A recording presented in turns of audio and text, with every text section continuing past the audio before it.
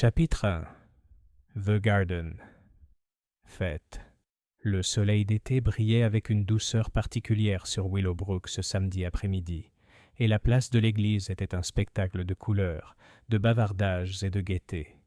La fête annuelle, attendue depuis longtemps, avait attiré presque tous les habitants du village et quelques visiteurs des villes voisines. Des banderoles flottaient d'un étal à l'autre. La femme du pasteur avait organisé l'inévitable concours de gâteaux avec autant de zèle qu'un général rassemblant ses troupes, et une fanfare venue de Marleycombe jouait joyeusement en arrière-plan. C'était le genre de journée où l'on aurait pu dire, et c'est ce que beaucoup ont fait, que rien de désagréable ne pouvait perturber un environnement aussi paisible. Miss Jane Marple, confortablement assise sur une chaise en bois à l'ombre d'un tilleul, était d'un autre avis. Son regard bleu perçant, bien qu'adouci par la courtoisie habituelle de son expression, ne laissait rien passer. Elle remarqua, tout en sirotant une limonade légère, le léger tremblement de la main de Madame Calthorpe lorsqu'elle coupait des parts de génoise pour des enfants impatients. Elle remarqua que le jeune monsieur Edmund Blake, beau, insouciant et réputé pour son charme plutôt que pour son travail, semblait prendre plaisir à se disputer avec une jeune fille aux cheveux noirs à l'orée du jardin. Et elle songea, comme elle le faisait si souvent, que la nature humaine, que ce soit dans un village tranquille ou dans une ville animée, changeait rarement à sa racine. La fête se déroula avec toutes les compétitions habituelles. Les enfants ramassèrent des pommes, les vieux messieurs s'exerçaient à la pêche à la noix de coco, et les ragots circulaient d'un étal à l'autre bien plus rapidement que les marchandises elles-mêmes. C'est une participation magnifique, remarqua le colonel Denham, qui s'était arrêté pour échanger quelques plaisanteries avec mademoiselle Marple. C'est bon de voir le village dans une telle ambiance. Ça nous ramène au bon vieux temps. Oui, tout à fait, acquiesça doucement Miss Marple, mais j'imagine que certains d'entre nous seraient plus heureux s'il ne faisait pas aussi chaud. Le colonel s'essuya le front avec un grand mouchoir et rit doucement. Vous avez tout à fait raison, Miss Marple. Pourtant, un peu de chaleur n'a jamais vraiment fait de mal à personne. À cet instant précis, un cri strident retentit. Les têtes se tournèrent, les conversations s'interrompirent, et la fanfare s'arrêta maladroitement au milieu de Rule Britannia. Près de la tente des rafraîchissements, un petit groupe de personnes se rassembla, leurs expressions trahissant la stupeur et l'inquiétude. Miss Marple, son tricot abandonné sur ses genoux, se leva avec une rapidité surprenante pour son âge. Elle se fraya un chemin à travers la foule, murmurant des excuses polies, jusqu'à atteindre le centre de l'agitation. Là, à moitié affalée sur la table à tréteaux, où des tasses de thé avaient été soigneusement empilées quelques minutes auparavant, gisait la silhouette d'un homme. Son visage était pâle, ses yeux grands ouverts mais aveugles, et une tache sombre s'étalait sur le lin blanc de sa chemise. « C'est Monsieur Howard », murmura quelqu'un. « Monsieur Lionel Howard ». Monsieur Howard n'était pas, à proprement parler, un villageois. Il s'était installé à Willowbrook 2 ans seulement auparavant, louant la maison recouverte de lierre au bout de Rose Lane. Ses manières étaient vives et professionnelles, et bien qu'il contribuât généreusement au fonds de l'église, il n'était pas apprécié de tous. Certains le trouvaient trop distant, d'autres murmuraient sombrement à propos de ses affaires ailleurs. Pourtant, sa chute soudaine choqua même ceux qui l'appréciaient le moins. Le vicaire s'avança, le visage grave. « Reculez, s'il vous plaît. Laissez-le respirer. » Mais il était évident pour Miss Marple, tandis qu'elle observait attentivement la silhouette immobile, que l'air ne lui serait d'aucune utilité. Elle avait déjà vu la mort. Trop souvent, en effet, pour quelqu'un qui ne prétendait pas s'y intéresser professionnellement. L'immobilité du corps de M. Howard, la fixité de son regard, étaient éloquentes. « Il est mort », dit une voix dans la foule, dure, incertaine, craintive. Il y eut un murmure, mi-halètement, mi-protestation. Le policier du village, le jeune inspecteur Green, se frayait un chemin à coups de coude, son carnet en main. Il venait tout juste de prendre en charge le modeste commissariat de Willowbrook, et son expression trahissait à la fois l'empressement et l'anxiété. « Reculez tout le monde !» ordonna-t-il. « Personne ne doit quitter les lieux, pas avant que nous sachions ce qui s'est passé ici. » Miss Marple joignit les mains et ne dit rien. Elle écoutait, avec cet air de douce attention qui avait si souvent poussé les gens à parler librement en sa présence. « Une crise cardiaque, sans doute, » murmura le colonel Denham. Ce type n'avait jamais eu l'air très robuste. « N'importe quoi, » rétorqua madame Calthorpe, pâle et tremblante. « Je l'ai vu. J'ai vu son visage, la stupeur. Il y avait autre chose. »« Que voulez-vous dire par autre chose ?» demanda un homme à ses côtés. Mais madame Calthorpe s'était mise à pleurer doucement dans son mouchoir et n'avait donné aucune autre explication. Le regard de Miss Marple se posa sur la tasse renversée près de la main de M. Howard. Du thé s'était répandu sur la nappe, se mêlant à la tache plus foncée sur sa chemise. Elle se pencha légèrement, inaperçue dans la confusion, et remarqua une odeur faible mais reconnaissable. Des amandes amères. Elle se redressa, l'air pensif. Oui, ce ne serait pas une maladie cardiaque, craignait-elle. Et quoi que ce soit, le médicament avait été administré délibérément. Des voix s'élevèrent autour d'elle, effrayées, indignées, curieuses. Déjà des rumeurs se formaient et se propageaient, telles des ondulations sur un étang. M. Howard avait des ennemis. Quelqu'un l'avait vu se disputer plus tôt. Des rumeurs d'irrégularité financière avaient circulé. Miss Marple entendait tout, enregistrant chaque remarque avec la précision d'un esprit longtemps formé aux petites tromperies de la nature humaine. La fête était terminée. Là où il y avait eu la gaieté, régnait maintenant l'inquiétude. Là où les rires avaient retenti, la suspicion s'installa. Les mères rassemblèrent leurs enfants. L'orchestre rangea ses instruments dans un silence gêné, et les premiers murmures de meurtre frémirent dans l'air estival. Miss Marple, regagnant discrètement sa chaise, reprit son tricot. Ses aiguilles claquaient doucement tandis qu'elle travaillait, les yeux fixés sur le vide. Pourtant, dans son esprit, les filles se nouaient déjà. Un homme mort en plein jour, au cœur de Willowbrook, au milieu du thé, des gâteaux et des bavardages de voisinage. Et quelqu'un parmi eux tous, l'avait tué. Chapitre 2. Chuchotement à Willowbrook. Le dimanche matin, Willowbrook s'habillait avec sobriété. Les banderoles avaient été retirées avant le crépuscule, comme si la couleur elle-même était devenue inconvenante, et des carrés humides sur la verdure marquaient l'emplacement des tables à tréteaux. Les cloches de l'église sonnaient plus gravement que d'habitude, appelant une congrégation inhabituellement matinale et attentive. Rien de tel qu'une mort subite pour redresser la démarche d'un village et apaiser sa voix. Miss Marple se rendit à l'office d'un pas assuré, un petit livre de prière dans une main gantée et son ombrelle dans l'autre. Elle s'arrêta un instant près du tilleul où elle s'était assise la veille. Là, dans l'herbe, des miettes de gâteau écrasées avaient attiré une rangée de fourmis industrieuses.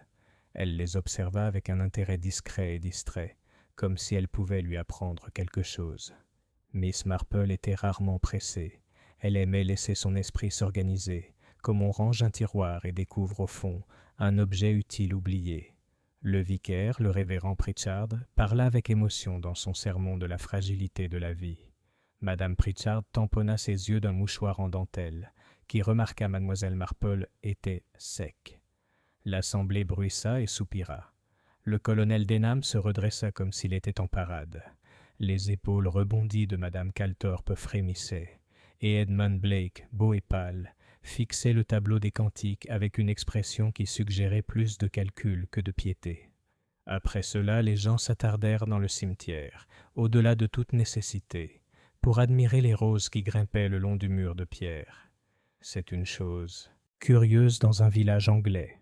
Plus la mort approche, plus les politesses deviennent méticuleuses. Les condoléances furent murmurées dans un air compatissant.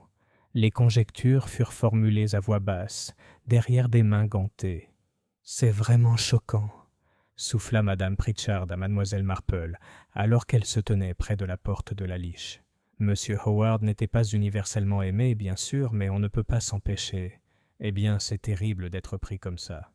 Arthur dit que la police a fait des allers-retours au presbytère pour une absurdité concernant le haut-parleur. Je leur ai clairement dit que nous n'avions pas ce genre d'équipement. Non.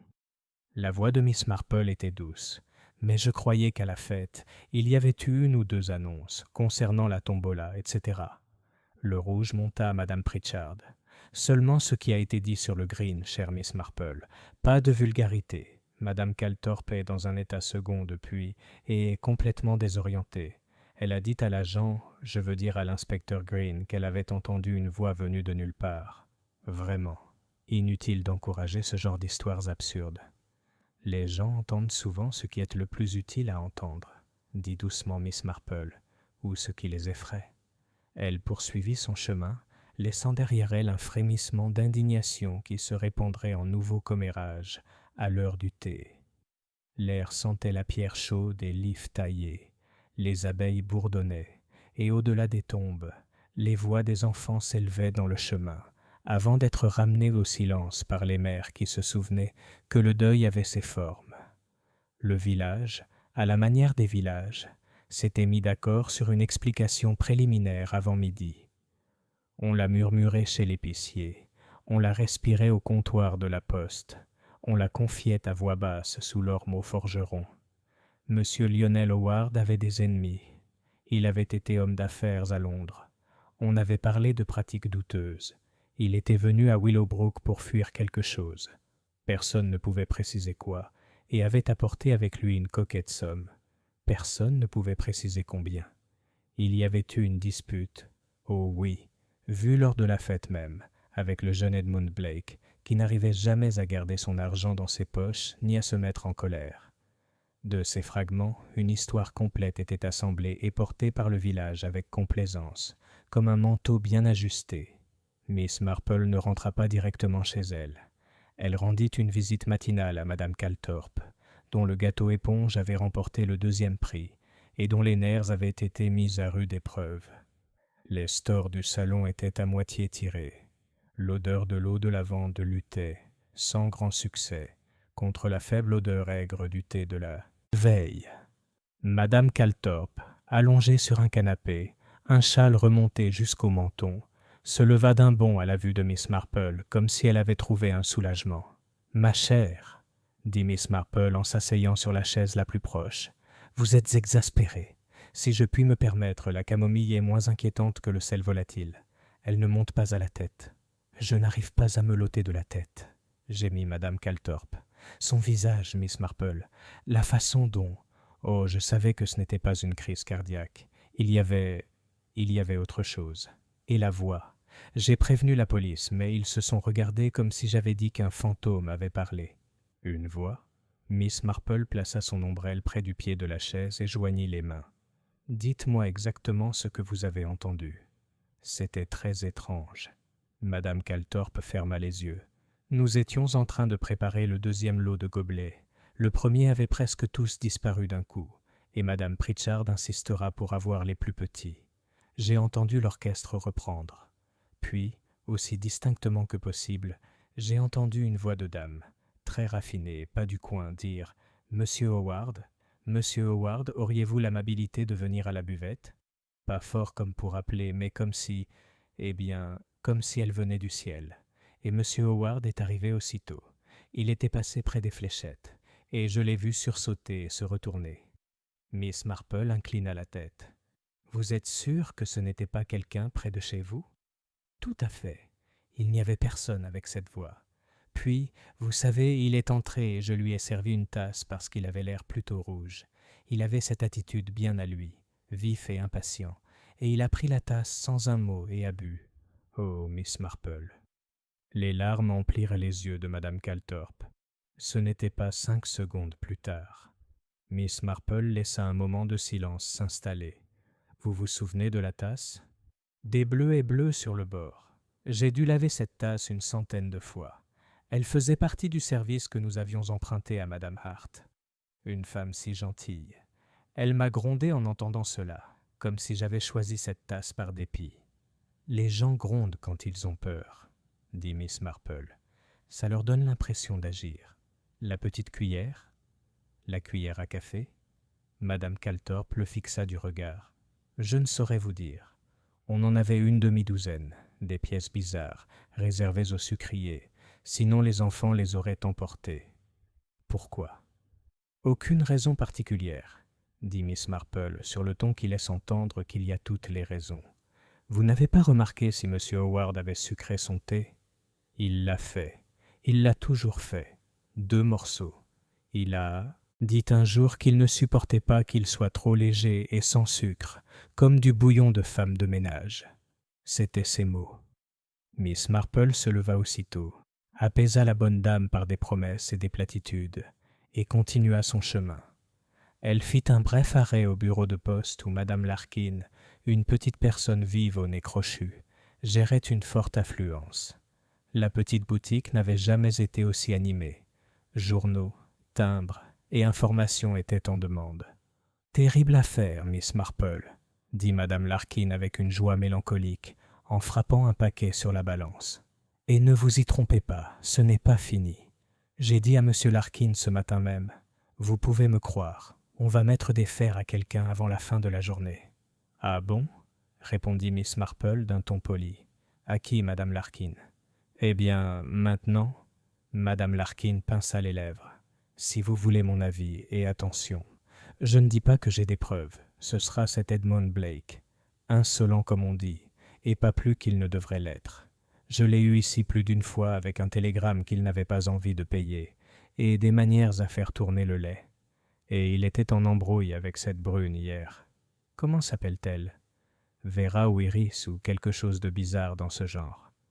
Iris Vale, suggéra Miss Marple. L'institutrice qui habite au-dessus de la sellerie de M. Rudge. C'est celle-là. Elle venait de Marlécombe, belle comme un roc et 2 fois plus inutile, à mon avis. Elle et M. Blake n'étaient que murmures et regards brûlants près de la haie. Je me suis alors dit, rien de bon n'en sortira. Et ne l'ai-je pas dit à Madame Webb, la gouvernante de M. Howard, quand elle est venue chercher ses timbres ? Rien de bon, ai-je dit. Et Madame Webb a reconnu qu'il s'était passé assez de choses à Rose Lane pour empêcher quelqu'un de dormir. Quel genre d'événement ? Demanda Miss Marple comme on s'interroge sur la météo. Des visiteurs de tous les jours, dit Madame Larkin en baissant la voix. Des Londoniens, et une femme autrefois, tirée à 4 épingles. Et Madame Webb disait que son parfum aurait fait tomber un cheval. Et vous avez sans doute entendu dire que M. Howard avait fait installer un coffre-fort. Le forgeron l'a apporté avec 2 hommes, en tirant des bouffées de fumée et en jurant. « Des documents, » dit M. Howard à Madame Webb, mais elle a répondu qu'il y avait des documents, et des documents. Miss Marple remercia Madame Larkin pour la peine qu'elle avait prise à peser les lettres, qui n'avaient pas besoin d'être pesées du tout, et repartit avec 2 enveloppes d'apparence innocente et 3 fils de pensée distincts se dessinant dans son esprit. Dans l'après-midi, l'inspecteur Green fit sa visite officielle au cottage où logeait Miss Marple. C'était un jeune homme blond, aux manières consciencieuses, qui avait tendance à paraître accablé par le poids de l'autorité. Il salua la vieille dame avec une vivacité qui témoignait du respect de l'âge, et peut-être du souvenir d'avoir déjà été démenti par celui-ci. « Je me demandais si je pouvais vous poser quelques questions, mademoiselle Marple, » commença-t-il, prudemment perché au bord d'une chaise recouverte de chintz. « Vous étiez tout près quand M. Howard s'est effondré. »« J'étais assez près, » dit Miss Marple. « Vous en connaissez la cause ? » Le docteur Prowse est aussi certain qu'on peut l'être sans analyse complète. L'inspecteur Green s'éclaircit la gorge. Du cyanure. Il y avait une odeur distincte, d'amande. Vous l'avez remarqué aussi ? On ne pouvait guère le manquer, dit Miss Marple. Il rougit légèrement. Tout à fait. Maintenant, il y a la question de la façon dont ça a été administré. On a la tasse, on a la théière, on a le sucrier. La tasse, lorsqu'on l'a trouvée, contenait suffisamment de cyanure dans le fond pour dissiper tout doute. La théière, pas une seule trace. Le sucre, 2 douzaines de morceaux, tous propres comme un sou neuf. Ce qui suggère que le poison était déjà dans la tasse, dit Miss Marple, ou qu'il avait été ajouté sans toucher au reste du sucre. Elle le regarda avec bienveillance. Vous pensez à un morceau de papier enroulé autour d'un morceau de sucre? C'est vrai, admit-il. Et nous n'avons trouvé aucun papier, et j'ai fait fouiller le terrain près de la tente. Les gens aiment bien ranger, murmura Miss Marple. C'est un tel réconfort de se sentir utile dans un moment difficile. Elle réfléchit. Si le poison était dans la tasse, vous vous demanderez qui a versé pour M. Howard? Ou si le sucre était le véhicule, qui lui a tendu la bassine ou qui était resté là pendant qu'il sucre son thé. Et il y a aussi la question de savoir pourquoi M. Howard est venu à cet endroit précis, à ce moment précis. Exactement, répondit l'inspecteur Green avec un certain enthousiasme. Des témoins affirment avoir entendu une voix, une annonce, demandant à M. Howard de se rendre à la buvette. Mais nous n'avons pas réussi à la reconstituer de manière satisfaisante. Madame Pritchard insiste sur l'absence d'amplificateur. Le chef d'orchestre affirme qu'il n'a pas parlé entre deux numéros. Pourtant, une demi-douzaine de personnes jureraient avoir entendu une dame appeler M. Howard à la buvette, et aucune d'elles ne s'accorde sur l'endroit où elle se trouvait. « C'est surprenant, » dit Miss Marple, comme le son se propage de manière inattendue. Quand j'étais petite, notre jardinier pouvait appeler de derrière l'écurie, et on aurait cru qu'il était dans le hall d'entrée. Il y a des recoins dans ce monde qui captent les voix, et les envoient là où on ne les attend pas. Il se déplaça, fronçant les sourcils. « Tu crois que quelqu'un a joué un tour avec la voix? »« Je crois, » dit Miss Marple, « que quelqu'un a trouvé le moyen d'invoquer M. Howard sans se faire remarquer. C'est une petite chose, mais les petites choses deviennent grandes si on les nourrit au bon moment. » L'inspecteur Green consulta son carnet. « Il y a autre chose. M. Howard a eu une altercation plus tôt dans la journée. Plusieurs personnes l'ont vu, avec M. Edmund Blake. Il paraît qu'il s'agit d'argent. M. Blake nie que ce soit grave. Il admet devoir 50 livres à M. Howard. Il dit qu'il s'arrangeait pour payer. Il y a aussi un rapport, que vous avez peut-être remarqué, selon lequel M. Blake se tenait aux côtés de Mlle Iris Vale, quelque peu agitée. « J'ai constaté une certaine agitation, » dit Miss Marple, « et je ne serais pas étonné d'apprendre que Miss Vale est d'un naturel romantique. Les romantiques manquent souvent de pragmatisme en matière d'argent. Parfois, ils manquent aussi de sagesse. » L'inspecteur Green sourit brièvement. « Vous ne pensez pas que l'amour soit le mobile ici? »« Je pense rarement que l'amour est le mobile que les gens imaginent, » dit Miss Marple. « Mais la jalousie, l'orgueil et l'humiliation, j'ai observé que ces sentiments sont très puissants. Quant à l'argent, il est plus courant que les roses dans une fête de village. » Il referma son carnet d'un claquement sec. « Nous allons recueillir les dépositions officielles. Et, si vous remarquez quoi que ce soit, Miss Marple, quoi que ce soit, vous me le direz. »« Bien sûr, » dit-elle. « Il faut aider de toutes les manières possibles. » Après son départ, Miss Marple s'assit près de la fenêtre avec son tricot. Elle fit 3 rangs nets avant de le mettre de côté. Dehors, le chemin s'étendait verdoyant et calme vers Rose Lane, où M. Howard avait conservé sa maison bien rangée, tapissée de lierre. Bien rangée, pensa Miss Marple, mais pas tranquille. Des visiteurs tardifs et matinaux, un coffre-fort installé, une gouvernante attentive et inquiète, un jeune homme endetté, une jolie institutrice trop sensible à ses sentiments. Ce n'était pas encore un modèle, mais il contenait des fils. Juste avant le thé, on entendit un clic au portail du jardin et un léger coup à la porte. Miss Iris Vale entra à l'invitation de Miss Marple, le visage frais, les yeux noirs, et avec cette beauté même qui avait fait jaser au village. Elle ne s'assit pas immédiatement. Elle regarda autour d'elle, comme si le petit salon pouvait lui donner du courage. « J'espère ne pas être indiscrète, » dit-elle à voix basse. « Je pensais que vous... Je ne savais pas à qui d'autre m'adresser. »« Asseyez-vous, ma chère, » dit Miss Marple, et Iris obéit comme une enfant. « Une tasse de thé ?» À ces mots, la jeune fille frissonna. « Non, pas de thé. Pas aujourd'hui. » Elle joignit les mains. « Je voulais dire qu'Edmund, Monsieur Blake, n'a pas fait ça.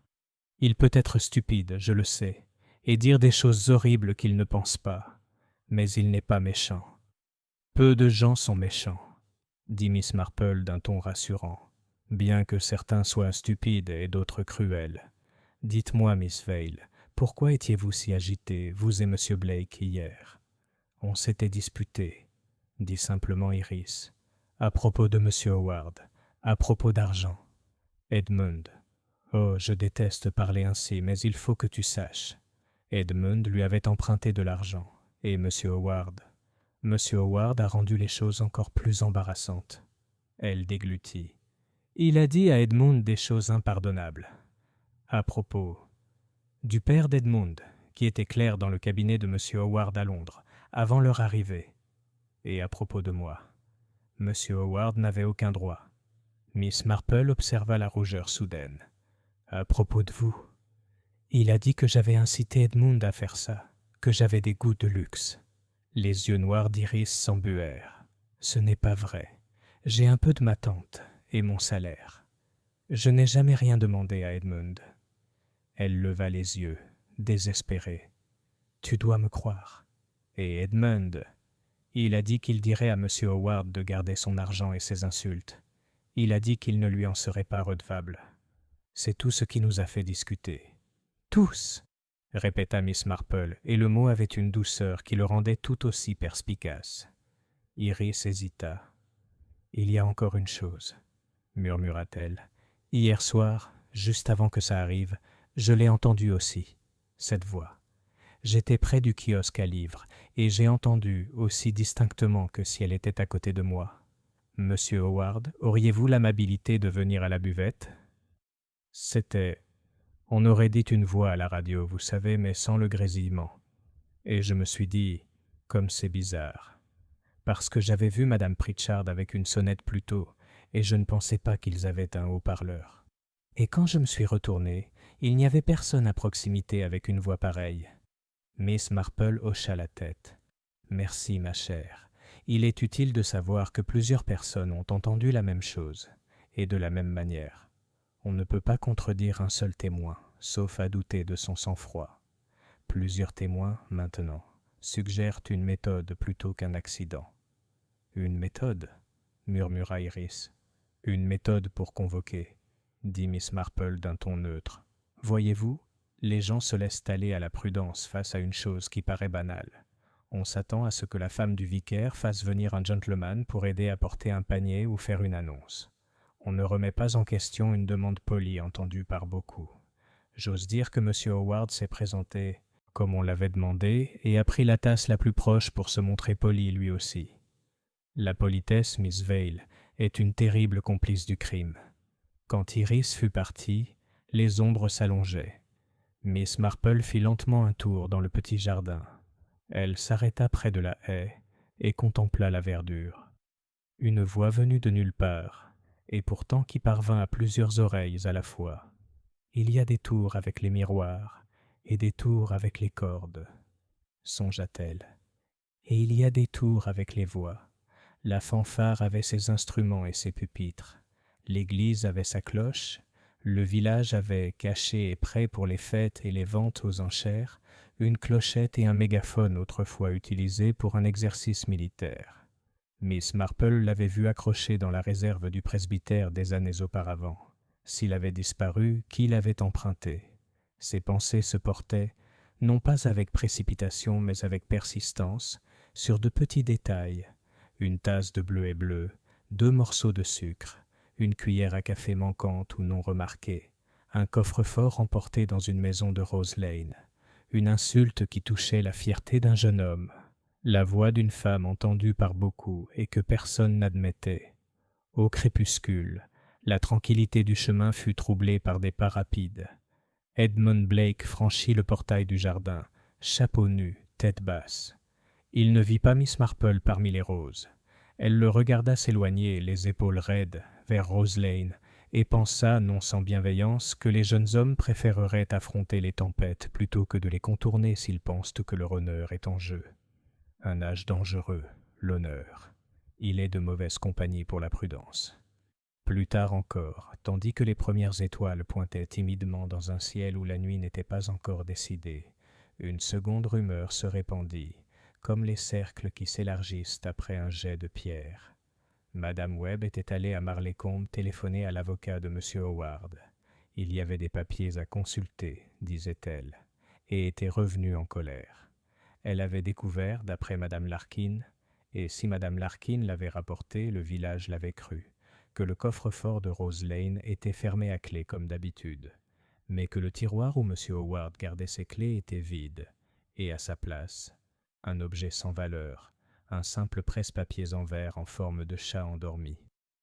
Juste de la fantaisie, déclara Madame Larkin au dernier client avant de fermer ses portes pour la nuit.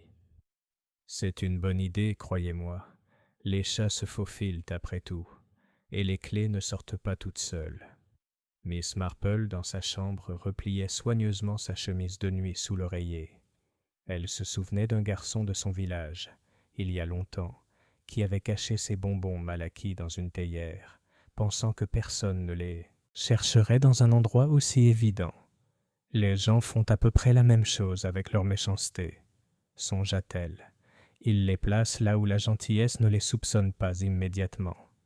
Dans une tasse de thé, peut-être, d'une voix qui sonne comme de l'aide, dans un presse-papier que personne n'empocherait. Elle baissa la lampe. La maison grinça et se calma. Au loin, un chien aboya 2 fois, puis se tut. Demain, il y aurait des dépositions, des perquisitions et, très probablement, une arrestation qui satisferait le village pour un temps. Mais Miss Marple, qui connaissait un peu l'obstination de la vérité, savait aussi que la première personne à porter le manteau soigneusement cousu du village le méritait rarement. Elle sourit légèrement dans l'obscurité, non pas de plaisir, mais de reconnaissance. Il restait encore des pistes à suivre. Chapitre 3. Le mauvais suspect. Dès le lundi matin, Willowbrook était submergé par la certitude. La police n'avait pas encore publié de communiqué officiel, mais le village avait déjà jugé et condamné Edmund Blake par la force des choses. On l'avait vu arpenter Rose Lane tard la veille au soir. Madame Webb elle-même l'avait juré, et l'implication était claire. On croyait facilement que des jeunes hommes endettés et colériques étaient les capables d'actes désespérés. Miss Marple, revenant de chez le boulanger avec un petit pain et un paquet de brioches au raisin, entendit Madame Larkin prononcer son jugement depuis son guichet de poste. « Croyez-moi, dit-elle à un petit auditoire impatient, Monsieur Blake sera au banc des accusés avant la fin de la semaine. Un mauvais garçon, et il l'a toujours été. Je l'ai dit la première fois qu'il a claqué la porte d'un télégramme sans même un merci. » Ses auditeurs hochèrent gravement la tête, comme si l'impolitesse des télégrammes était la première étape sur la voie du meurtre. Miss Marple, qui avait une excellente mémoire pour l'histoire du village, se souvenait qu'un coupable bien différent avait été un jour identifié avec certitude grâce à une porte claquée. La pauvre fille, dans ce cas-là, était parfaitement innocente, même si elle s'était enfuie avec un commis voyageur un an plus tard, ce qui, selon la plupart des gens, revenait au même. La nature humaine, songea Miss Marple, n'est jamais à court d'explications une fois qu'elle a pris sa décision. Elle ramena son pain chez elle dans un silence paisible, mais son regard, comme toujours, était alerte. Elle remarqua Edmund Blake en personne passer devant la forge, pâle, le regard creux, mais la tête haute, provocante. Il lui leva son chapeau avec une politesse guindée, plus empreinte de fierté que de politesse. Miss Marple inclina doucement la tête en retour. Cet après-midi-là, l'inspecteur Green revint, cette fois d'un air résolu, témoignant de décisions déjà prises. Il s'assit à la petite table du salon de Miss Marple, son carnet à portée de main, et parla avec la vivacité d'un homme désireux de confirmer ce qu'il savait déjà. « Nous avons placé le jeune Blake en garde à vue pour l'interroger, » a-t-il annoncé. « Il y a de nombreuses preuves contre lui. » L'expression de Miss Marple était poliment attentive. « Vraiment ? » Premièrement, la dispute sur le green. Plusieurs témoins ont entendu des propos injurieux à propos d'argent. Deuxièmement, ses déplacements. Il admet être descendu Rose Lane tard hier soir, sans toutefois préciser ce qu'il y faisait. Troisièmement, l'inspecteur Green consulta ses notes avec satisfaction. Nous avons découvert que M. Howard avait rédigé un document exigeant le remboursement immédiat de 50 livres, sous peine de poursuites judiciaires. Ce document était toujours dans son bureau. « Et les clés ?» demanda Miss Marple. « Ah !» Le verre rougit légèrement. « Oui, les clés du coffre-fort de M. Howard ont disparu. Mais il est possible que M. Howard les ait sur lui. Nous continuons nos recherches. » Miss Marple lissa les plis de sa jupe. « Et l'explication du jeune M. Blake ? Il affirme n'avoir rien fait dans la mort de M. Howard. Il dit qu'il a argumenté, certes, mais qu'il avait l'intention de payer et qu'il n'aurait jamais recours au poison. Mais son attitude, eh bien, Miss Marple, vous l'avez constaté vous-même. Provocatrice, maussade, elle refuse de répondre franchement. » Les yeux de Miss Marple pétillèrent imperceptiblement. « Quand j'étais petite, inspecteur, je me souviens d'un garçon accusé d'avoir volé des pommes. Il nia avec tant de fougue que tout le monde le crut coupable, jusqu'à ce que sa petite sœur avoue les avoir volés. Certains jeunes hommes, je crois, préfèrent être considérés comme méchants plutôt que faibles. L'orgueil est très difficile à cet âge-là. » L'inspecteur Green parut dubitatif. « Malgré tout, il y a le moyen et le mobile. Le poison dans une tasse de thé ne tombe pas du ciel. » « Le poison, dit Miss Marple, n'est pas une méthode de jeunesse. C'est lent, secret et lâche. Les jeunes hommes, lorsqu'ils frappent généralement fort et ouvertement. Ils n'attendent pas que les amendes fassent leur effet. » L'inspecteur cligna des yeux. « Vous pensez, »« Je pense, dit Miss Marple d'un ton doux, que vous constaterez que votre argument contre M. Blake n'est pas tout à fait pertinent. Et les arguments qui ne sont pas pertinents sont rarement fondés. Ce soir-là, dans chaque chaumière, sur chaque allée de jardin, on ne parlait que de la culpabilité d'Edmund Blake. Madame Pritchard raconta à son entourage qu'elle avait toujours eu une piètre opinion du jeune homme, bien qu'elle n'en ait rien dit sur le moment. Le colonel Denham secoua gravement la tête et jugea la chose mauvaise, bien qu'il se souvienne du père de Blake comme d'un homme solide, un peu colérique. Et Madame Calthorpe, qui frissonnait encore au souvenir de cette voix venue de nulle part, déclara avoir remarqué une étrange lueur dans les yeux d'Edmund toute la journée à la fête, même si je n'aimais pas en parler. Au milieu de ce concert de certitudes, Miss Marple, assise tranquillement à son tricot, pensa à 3 choses. Elle pensa au presse-papier en forme de chat endormi, laissé à la place des clés. Elle pensa à une voix féminine et polie, entendue par beaucoup, mais dont personne ne se réclamait, et elle pensa à l'insistance tremblante de Madame Calthorpe pour la tasse de bleuet. Le village avait choisi son coupable, comme toujours. Mais Miss Marple savait que la vérité ne se choisit pas. Elle se découvre, et elle se trouve rarement là où tout le monde pointe du doigt. Chapitre 4. Secret révélé. Mardi, l'arrestation d'Edmund Blake avait donné à Willowbrook un faux air de calme. Les villageois vaquaient à leurs occupations avec la modestie de ceux qui pensent que la justice est déjà en route. Pourtant, sous ce calme, de légers courants de spéculation tourbillonnaient, prenant de l'ampleur. Miss Marple, cependant, ne se laissa pas bercer. Elle avait déjà vu avec quelle rapidité le soupçon pouvait s'attacher à ce qui est commode, tandis que la vérité dérangeante lui échappait sans bruit. Son esprit revint, comme toute la journée, à cette curieuse substitution dans le bureau de M. Howard, les clés manquantes et le presse-papier en verre en forme de chat endormi. Un tel geste trahissait le calcul, et peut-être la moquerie. Un meurtre était parfois commis sous l'emprise de la chaleur, mais le vol et la substitution exigeaient une main plus froide.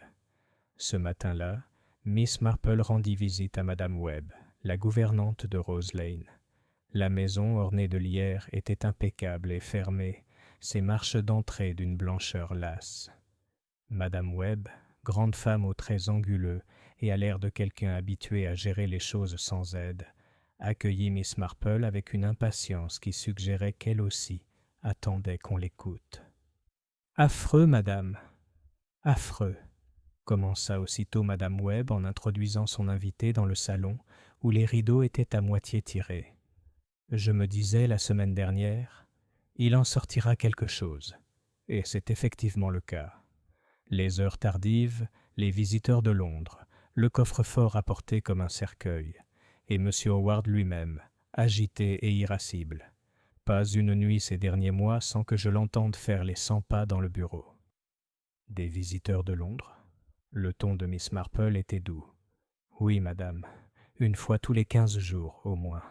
Des messieurs en voiture. Et une fois, une dame, aussi belle qu'on le souhaite, en fourrure malgré la douceur de la journée. Toute la maison empestait son odeur pendant des heures. Je me suis dit, il n'en sortira rien de bon. Monsieur Howard n'était pas du genre à recevoir pour amuser, si vous voyez ce que je veux dire. Miss Marple, si. Elle avait rencontré plus d'un gentleman qui avait quitté la cité dans un état critique, emportant avec lui richesse et ennemis. « Et le coffre-fort » demanda-t-elle. Madame Webb renifla. « Des documents, dit-il. Mais je connais la sensation d'une caisse quand je la nettoie. Il l'a gardée fermée à clé, et les clés toujours dans le tiroir en haut à droite de son bureau. Jusqu'à avant-hier soir, quand j'ai regardé et que j'ai trouvé cette ridicule chat en verre à la place. J'ai failli la laisser tomber de peur, comme si quelqu'un riait. » Miss Marple regarda pensivement son hôtesse. « Monsieur Howard avait-il des ennemis ici, à Willowbrook, à votre avis ?»« Pas des amis, en tout cas, » dit Madame Webb d'un ton sombre. « Il prêtait de l'argent, si vous voulez la vérité. Je tenais ses comptes, tant bien que mal. Il me faisait porter des messages et, une ou deux fois, noter les chiffres qu'il me dictait. Il y avait des noms que je reconnaissais, madame. Des noms de villages, et les sommes n'étaient pas négligeables. » Miss Marple hocha la tête. Prêter de l'argent, surtout dans le cadre d'une activité privée et risquée, était une occupation qui engendrait le ressentiment plus vite que les mauvaises herbes dans un jardin. Elle remercia Madame Webb et prit congé, retraversant lentement la ruelle, l'esprit empli des révélations de la gouvernante. De l'argent, des visiteurs de Londres, une dame en fourrure, une clé manquante, un presse-papier moqueur. Le tableau s'assombrit, mais ne s'éclaircit pas. Cet après-midi-là, les Pritchard tinrent une réunion dans le jardin du presbytère, un petit thé informel, comme le décrivit Madame Pritchard, bien qu'il eût tout l'air d'un conseil de guerre. Le colonel Denham était présent, la moustache hérissée d'indignation face à l'état des choses. Madame Calthorpe sirotait nerveusement son thé, la jeune Iris Val, pâle mais posée, et mademoiselle Marple tricotant sereinement à l'ombre. La conversation s'est inévitablement tournée vers Edmund Blake. « C'est une honte, » déclara Madame Pritchard, « qu'un jeune homme de ce village s'oublie au point de se disputer publiquement, et puis, eh bien, je ne dirai pas un mot devant les domestiques. »« Je n'aime pas ça, » dit le colonel Denham. « Le poison, vous savez, ce n'est pas une arme pour un Anglais. Au diable tout ça. Si vous avez un différend, vous le réglez avec vos poings. »« Précisément, » murmura Miss Marple, ses aiguilles claquant. Mais Madame Calthorpe se pencha en avant, la voix basse et tremblante. « Il y a plus, je crois. Madame Webb m'a dit, oh, je ne devrais pas le répéter, mais je dois le faire, que M. Howard gardait de l'argent chez lui. Et tout le monde le savait. Plus d'un aurait souhaité sa disparition. » À ces mots, Iris Vale prit la parole pour la première fois.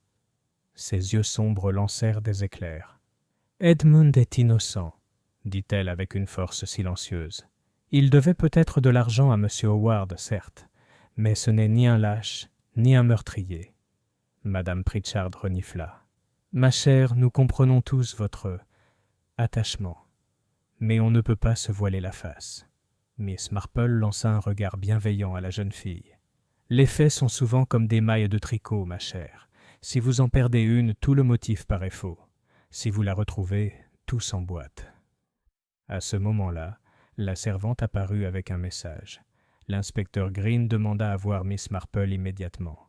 Elle le trouva en train d'attendre dans le bureau du presbytère, des papiers étalés devant lui. Son visage était tiré, mais déterminé. « Il y a du nouveau, » dit-il sans préambule. « Nous avons retrouvé la trace des visiteurs de M. Howard. L'un d'eux était un homme nommé Partridge, licencié de son cabinet londonien pour suspicion de fraude. L'autre était une femme se faisant appeler Madame Delaney, bien que son vrai nom soit Margaret Drew. Elle fut la secrétaire de Howard. Tous deux ont un casier judiciaire, pas pour des délits graves, mais pour des comportements douteux. Et tous deux ont été vus à Marleycombe la semaine dernière. Miss Marple inclina la tête. Et les prêts d'argent? L'inspecteur Green serra les dents. Nous l'avons confirmé. Plusieurs villageois lui ont emprunté de l'argent. Le colonel Denham, par exemple, pour maintenir son neveu à flot dans une affaire automobile. Le fils de Madame Calthorpe, pour couvrir une spéculation qui a échoué. Même Madame Pritchard, bien qu'elle le nie avec véhémence. Des sommes minimes comparées aux standards londoniens, mais suffisamment importantes ici, et toutes impayées. « Mon Dieu, » dit doucement Miss Marple, « ça complique les choses. » L'inspecteur se frotta le front. Ça nous donne une douzaine de mobiles au lieu d'un. Et pourtant, son regard se durcit. La dispute avec Blake, la dette, le défi. Tout le monde le désigne. Miss Marple le regarda avec une compassion silencieuse. Parfois, inspecteur, le fil conducteur n'est pas le plus solide. Et parfois, le schéma est conçu pour induire en erreur. En quittant le bureau, elle songea que la vérité se répandait, lentement mais sûrement, au grand jour. Derrière les façades respectables de Willowbrook, elle voyait désormais un réseau de dettes, de secrets et de ressentiments. Chacun avait quelque chose à cacher, chacun peut-être quelque chose à perdre. Mais qui parmi eux tous a eu la volonté et la ruse de tuer? Chapitre 5. Le deuxième incident. Mercredi, un soleil pâle et inquiétant se leva, comme si le ciel lui-même percevait l'inquiétude qui planait sur Willowbrook. Le village vaquait à ses occupations avec plus d'entrain que d'habitude, mais l'atmosphère était tendue. Les cloches des boutiques tintaient trop fort, les portes se fermaient avec fracas, et les conversations s'interrompaient à l'approche des pas. Miss Marple, entrant dans la rue principale pour poster une lettre, le ressentit vivement. C'était la même atmosphère qu'elle se rappelait de son village de St. Mary Mead, le lendemain d'un scandale. Mi-effroi, mi-salut. La nature humaine, songea-t-elle, ne pouvait s'empêcher d'être fascinée par ses propres possibilités les plus sombres. Au bureau de poste, Madame Larkin était remplie des dernières nouvelles. « On dit qu'Edmund Blake sera inculpé dans la journée, » confia-t-elle, le nez acéré par l'excitation. L'inspecteur Green le garde depuis lundi. Et Madame Webb a dit à Madame Calthorpe qu'on avait trouvé un chéquier de M. Howard déchiré dans la ruelle. Que voulez-vous de plus? Miss Marple paya ses timbres et ne répondit pas. Elle avait appris depuis longtemps que les gens acceptent rarement la contradiction lorsqu'ils savourent leur certitude. Cet après-midi-là, cependant, la certitude était ébranlée.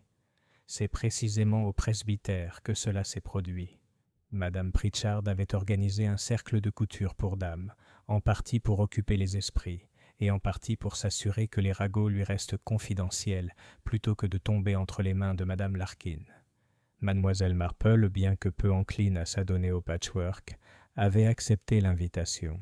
Elle trouvait ces rencontres instructives. Les femmes étaient assises en cercle sous la grande fenêtre du salon, aiguilles flamboyantes, langues flottantes. Madame Calthorpe, pâle mais impatiente, raconta pour la 4e fois la voix qu'elle avait entendue. Mademoiselle Denham parla des angoisses de son oncle. Iris Vale cousait en silence, les yeux cernés. Tout était très ordinaire jusqu'à ce que le cri retentisse. La femme de chambre de Madame Pritchard était entrée avec une nouvelle théière, et au moment où elle la posait sur la table de chevet, elle poussa un cri si aigu que chaque point de suture et chaque murmure s'arrêtèrent. « Là, le revoilà !» s'écria-t-elle en désignant la chose d'une main tremblante. Les dames se retournèrent d'un même mouvement. Du coin de la pièce, un coin vide, nu à l'exception d'une fougère sur un support, une voix s'était élevée, claire, féminine, raffinée et reconnaissable entre toutes. « Auriez-vous la gentillesse de venir dans le bureau ?» dit-il. Les mots restèrent suspendus dans l'air, distincts et indéniables. Un silence s'ensuivit, seulement rempli par le bruit des frondes de la fougère tremblant comme dans un courant d'air. Madame Pritchard devint blême. Arthur, haleta-t-elle, bien que le vicaire fût loin. Madame Calthorpe laissa tomber sa couture et serra le bras de mademoiselle Marple. « C'est la voix, la même voix, » murmura-t-elle. Mais Miss Marple, bien que surprise, ne s'agrippa pas. Elle se leva, marcha d'un pas silencieux jusqu'au coin et se pencha.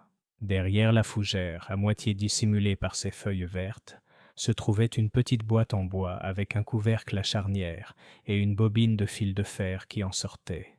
« Une enceinte sans fil, » dit-elle doucement en la soulevant. « Très portable et judicieusement placée. » Les femmes haltèrent en chœur. L'inspecteur Green fut immédiatement appelé et entra en trombe avec un agent. Il examina l'appareil avec une satisfaction sinistre. « Nous y voilà, » déclara-t-il. « Preuve de supercherie. Quelqu'un a entraîné Howard vers la mort avec cet engin. »« En effet, » murmura Miss Marple, « et quelqu'un a maintenant souhaité que nous le sachions tous. » L'inspecteur Green fronça les sourcils. « Vous voulez dire que celui qui a fait ça a placé ça ici exprès, pour être retrouvé ?»« Bien sûr, » dit Miss Marple en se rasseyant sereinement sur sa chaise. « Les criminels sont parfois comme des enfants qui ont un secret. Ils ne peuvent s'empêcher de montrer leur intelligence, même s'ils la croient cachée. Une voix venue de nulle part peut être des plus convaincantes et des plus dangereuses. » L'inspecteur la regarda d'un air sévère, mais Miss Marple se contenta de tricoter. Ses aiguilles claquaient doucement, un son étrangement réconfortant dans la pièce tremblante. Ce soir-là, la nouvelle de la découverte se répandit à Willowbrook comme une traînée de poudre. Certains affirmèrent que cela prouvait la culpabilité d'Edmund Blake sans l'ombre d'un doute. Après tout, qui sinon un jeune homme songerait à utiliser des astuces modernes de radio? D'autres insistèrent sur le fait que cela indiquait un autre point, car Edmund n'avait assurément ni l'intelligence ni l'équipement nécessaire à une telle ingéniosité. Quant à Miss Marple, assise près de sa lampe, tricotant en rang régulier, elle réfléchissait. La présence d'une enceinte sans fil dans le presbytère témoignait d'une planification. Cela signifiait que quelqu'un avait accès à la réserve du vicaire, où elle se souvenait avoir vu un jour un mégaphone et d'autres reliques de guerre. Cela signifiait aussi que le crime n'avait pas été un coup de tête, mais soigneusement préparé. Et maintenant, l'appareil étant révélé, cela signifiait que le tueur ne se contentait plus du silence. Il, ou elle, jouait à un jeu. Chapitre 6. Sous la surface. La découverte du haut-parleur sans fil au presbytère plongea Willowbrook dans une nouvelle agitation. Pour un village si habitué au rythme des cloches, des ragots et des jours de marché, l'idée de voix invisibles parlant par l'intermédiaire de machines cachées avait un air de sorcellerie. Les enfants chuchotaient des fantômes. Leur mère les faisait taire d'un ton sévère, non sans un regard nerveux par-dessus leur épaule. L'inspecteur Green, désormais très présent, dans les ruelles, déclara que l'engin était la preuve irréfutable d'un canular délibéré. Mais sa conviction ne rassura guère les villageois, car si Howard avait été amené à la mort par ruse, alors le meurtrier devait être plus malin que la plupart d'entre eux ne le pensaient, et plus calculateur. Miss Marple, assise tranquillement dans son jardin avec une théière, reçut ce jour-là une succession de visiteurs, chacun portant une anxiété différente à peine déguisée en courtoisie de bon voisinage. Madame Calthorpe fut la première. Elle franchit le portail en trombe, son ombrelle flottant comme un étendard de détresse. « Ma chère Miss Marple, c'est insupportable. Dire que je l'ai entendu, et maintenant il s'avère que c'est une invention. Je le déclare, je ne me fierai plus jamais à mes oreilles. Et mon pauvre fils, si les gens apprennent qu'il a emprunté à Howard, ils penseront. Eh bien, vous savez ce qu'ils penseront. » Miss Marple servit du thé et murmura sa sympathie. D'après son expérience, on confiait rarement ses secrets ouvertement, à moins de craindre que quelqu'un d'autre ne les révèle avant. Madame Calthorpe se pencha en avant, la voix basse. « Ce n'était que 50 livres, vous comprenez, et pour un projet aussi prometteur. Des motos, qui plus est. Mais M. Howard aurait son intérêt, et quand mon fils n'aurait pas pu payer... Oh, ce qu'il m'a dit, Miss Marple, à une mère. Je lui ai dit que je ne pardonnerais jamais. Et maintenant il est mort. On va tout arranger de la pire des manières. » Miss Marple la calma doucement, même si son esprit continuait à s'agiter. Un autre débiteur donc, un autre motif.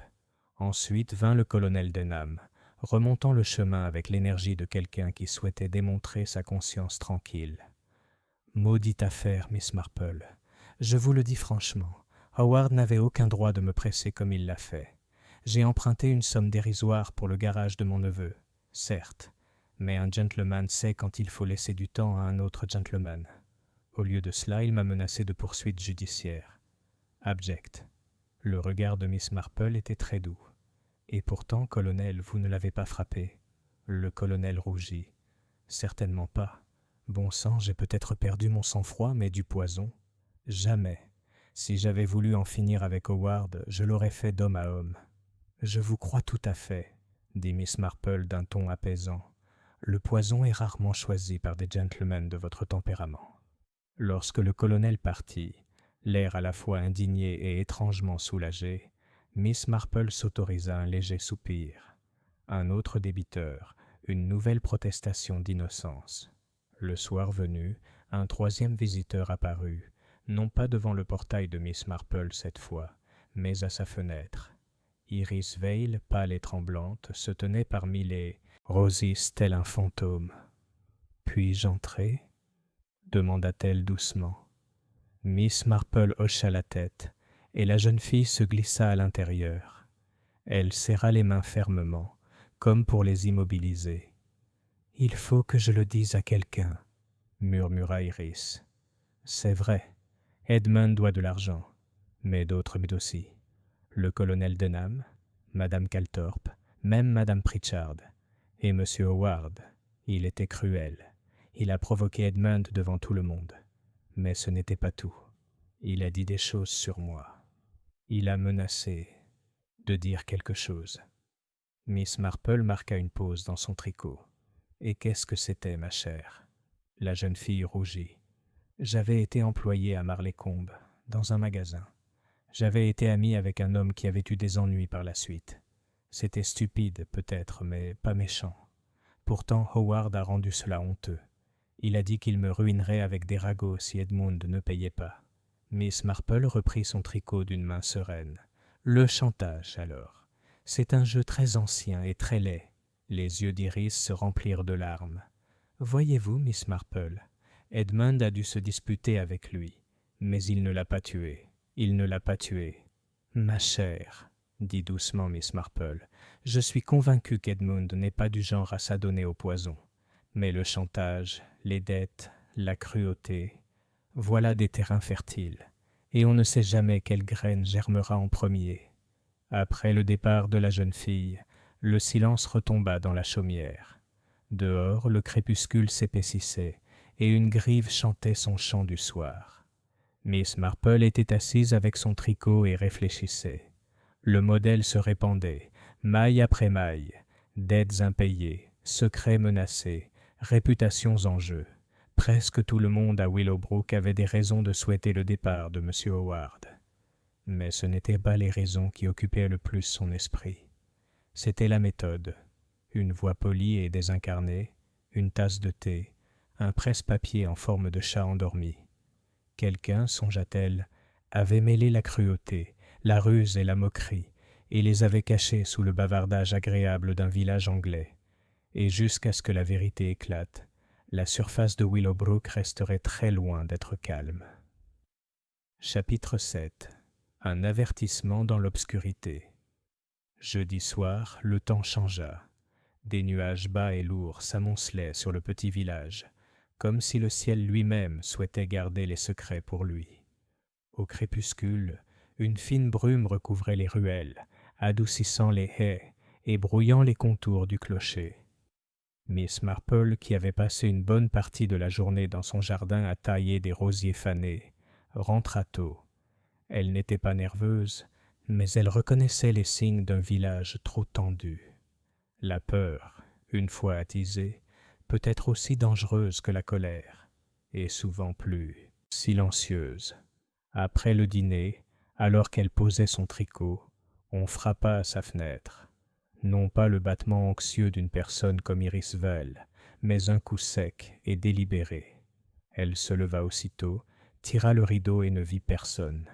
Seulement la brume dans la ruelle, ondulant faiblement comme un souffle sur une vitre.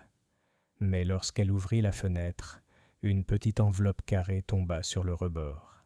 Il s'agissait d'un papier bon marché, sans adresse, et à l'intérieur se trouvait une seule feuille, portant 5 mots, soigneusement imprimés en lettres majuscules. « Restez Tillise, ou vous le regretterez. » Miss Marple le lut 2 fois, puis le posa calmement sur la table.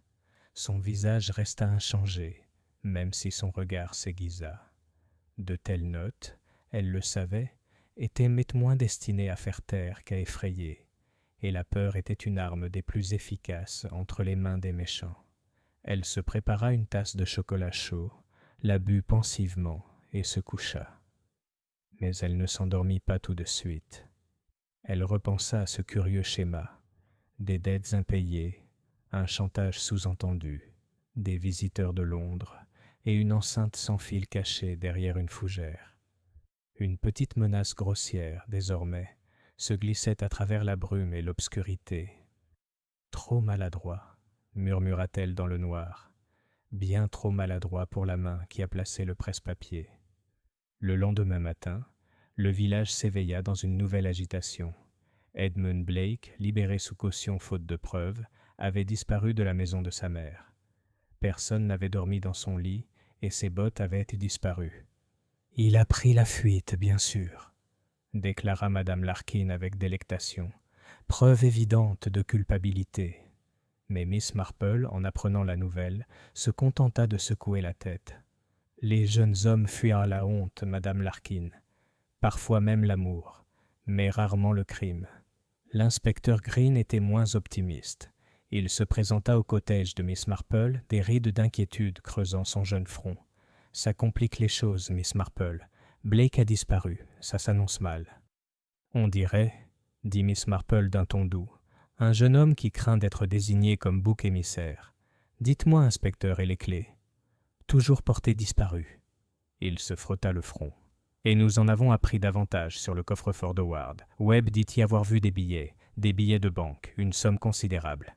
Mais quand nous l'avons forcé hier, il n'y avait rien à l'intérieur. Vide, à part une liasse de vieux reçus. » « Vraiment ?»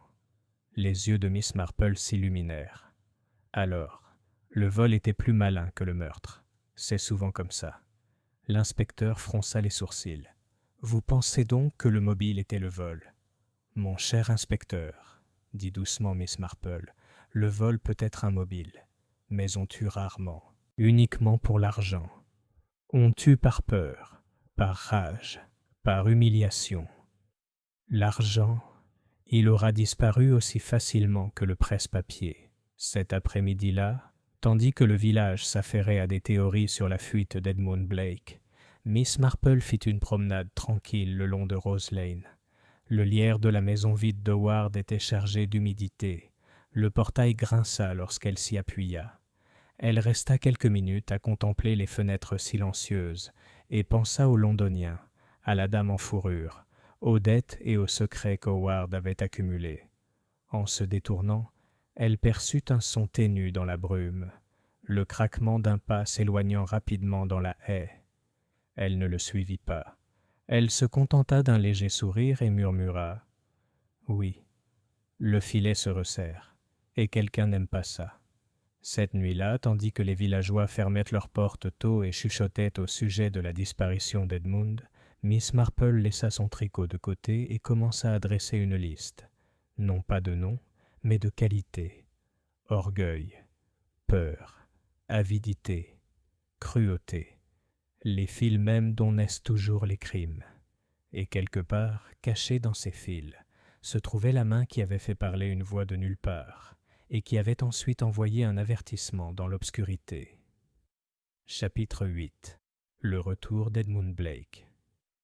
C'est samedi matin que l'affaire Edmund Blake se résout, mais pas de la manière attendue par le village. Pendant 2 jours, les langues s'étaient déliées, persuadées que le jeune homme avait fui par culpabilité. Madame Larkin déclara qu'elle ne serait pas surprise de le voir débarquer à Douvres, embarquant sur un bateau pour la France.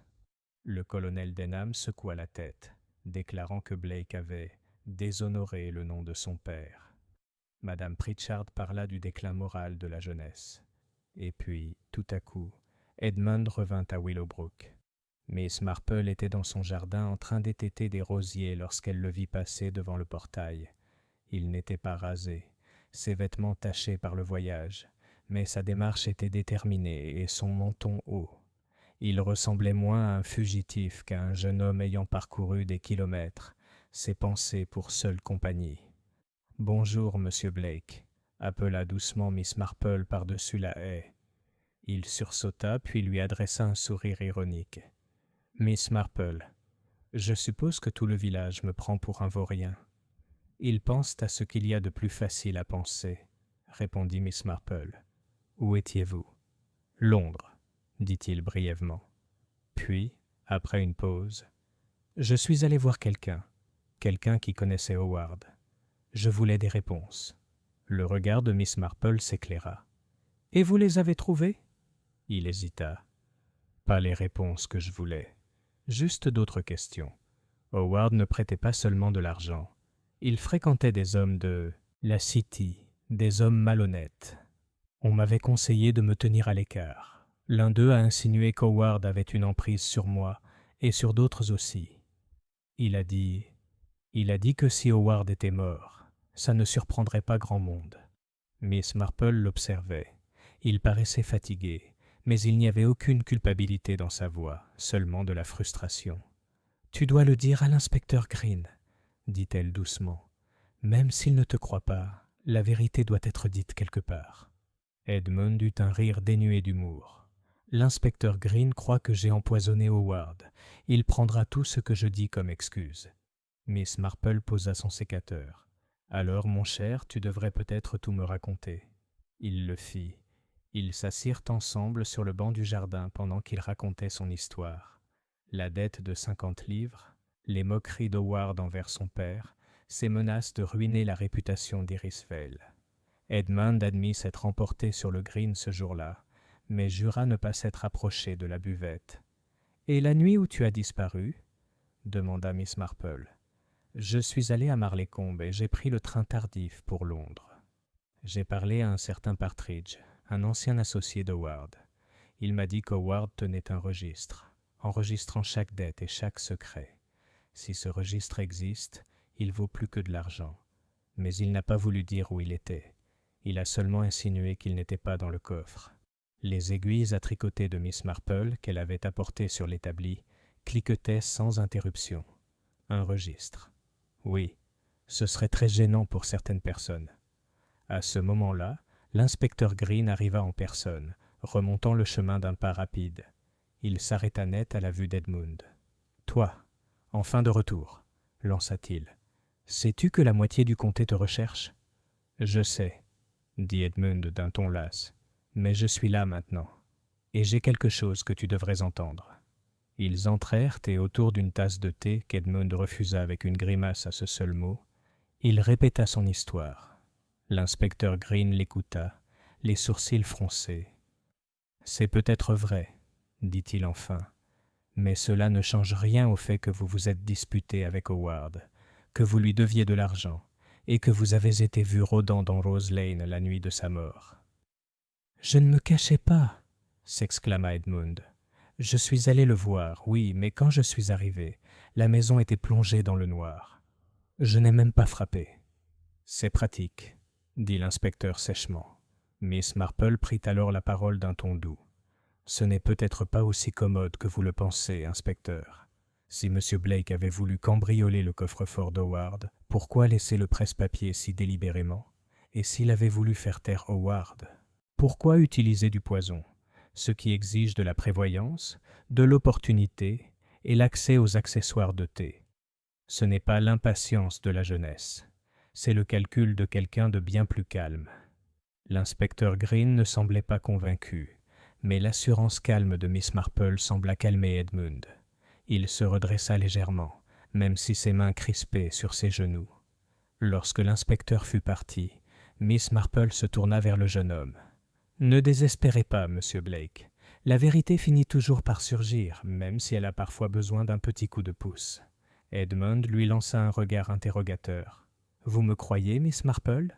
Elle sourit faiblement. « Je te crois colérique, fier et stupide, mais pas un meurtrier. » Ce soir-là, la nouvelle du retour d'Edmund se répandit comme une traînée de poudre. La moitié du village déclara que cela prouvait son innocence, car quel coupable reviendrait? L'autre moitié insista sur le fait que cela témoignait de l'arrogance, de l'impudence de la jeunesse. Mais Miss Marple, assise tranquillement à son tricot, ne pensait pas au ragot. Elle pensait au registre manquant, à la voix trop maligne qui avait appelé Howard, au coffre-fort vidé avant que quiconque puisse l'ouvrir. Et elle pensait aussi au petit mot glissé dans la brume. « Tais-toi, tu le regretteras. » Celui qui avait écrit ces mots observait toujours. Et tôt ou tard, il agirait à nouveau. Chapitre 9. Miss Marple tend un piège. Dimanche était une journée de calme trompeur à Willowbrook. Les cloches de l'église sonnaient, la chorale chantait et l'assemblée murmurait des prières avec un air de piété accrue, comme si le ciel lui-même pouvait être persuadé d'ignorer les troubles actuels du village.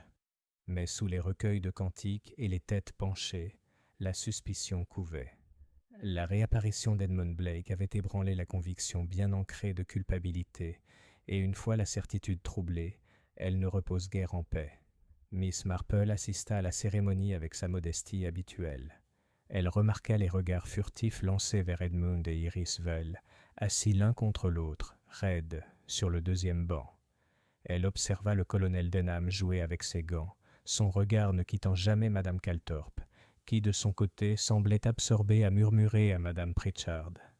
Plus tard, dans le cimetière, les murmures reprirent de plus belle, mais Miss Marple ne s'attarda pas. Elle rentra chez elle lentement, son esprit ordonnant ses pensées comme des points de suture sur ses aiguilles. Cet après-midi-là, elle reçut l'inspecteur Green. Il paraissait fatigué, comme si 2 nuits blanches avaient pesé sur lui, malgré son jeune âge, pour supporter le poids de l'autorité. « C'est inutile, Miss Marple, » avoua-t-il. Tout le monde avait des raisons de détester Howard, et la moitié du village lui devait de l'argent. Mais l'opportunité, c'est plus difficile à cerner. Le poison était dans la coupe, nous en sommes certains. Mais quelle main l'y a mis? Miss Marple croisa les mains sur ses genoux. Peut-être, inspecteur. La question n'est-elle pas de savoir qui pourrait, mais qui voudrait. Le poison exige de la patience. Il exige un esprit qui ne s'enflamme pas sous l'effet d'une colère soudaine, mais suffisamment calme pour se préparer. Green fronça les sourcils. « Tu penses à quelqu'un » Miss Marple sourit faiblement. « J'en ai plusieurs, mais je pense qu'il est temps de laisser le meurtrier nous le dire lui-même. » Elle expliqua donc, à voix basse, presque en s'excusant, les grandes lignes d'une petite expérience qu'elle proposait. L'inspecteur, d'abord dubitatif, acquiesça malgré ses réserves. Dès le lendemain soir, sur la suggestion de Miss Marple, les principaux habitants du village furent invités au presbytère sous prétexte de clarification. Madame Pritchard était plus que ravie de les recevoir, surtout lorsqu'on lui assura que ce serait une réunion respectable, avec thé et gâteaux offerts. Le colonel Denham arriva ponctuellement, hérissé d'indignation face à ce soupçon implicite. Madame Calthorpe entra en trombe, tremblant déjà à l'idée d'être interrogée plus longuement. Iris Vale arriva avec Edmund, l'air renfrogné mais déterminé. Même Madame Webb fut appelée de Rose Lane, raide dans sa robe noire, les lèvres pincées par la désapprobation. Miss Marple était là aussi, assise discrètement avec son tricot. Le vicaire s'affairait avec les chaises, l'inspecteur Green s'éclaircit la gorge, et Madame Pritchard présidait depuis le plateau de thé, tel un général au-dessus de ses troupes. La soirée commença assez calmement, l'inspecteur Green répétant certaines questions sur la fête. Qui s'était tenu où? Qui avait servi le thé? Qui avait vu M. Howard quelques minutes avant sa mort? Les réponses, déjà données auparavant, semblaient ne plus effilocher. les mots usés par la répétition. Puis Miss Marple leva les yeux de son tricot et parla. « Savez-vous, dit-elle d'une voix douce, je crois que nous pourrions clarifier les choses si nous faisions quelque chose de très simple.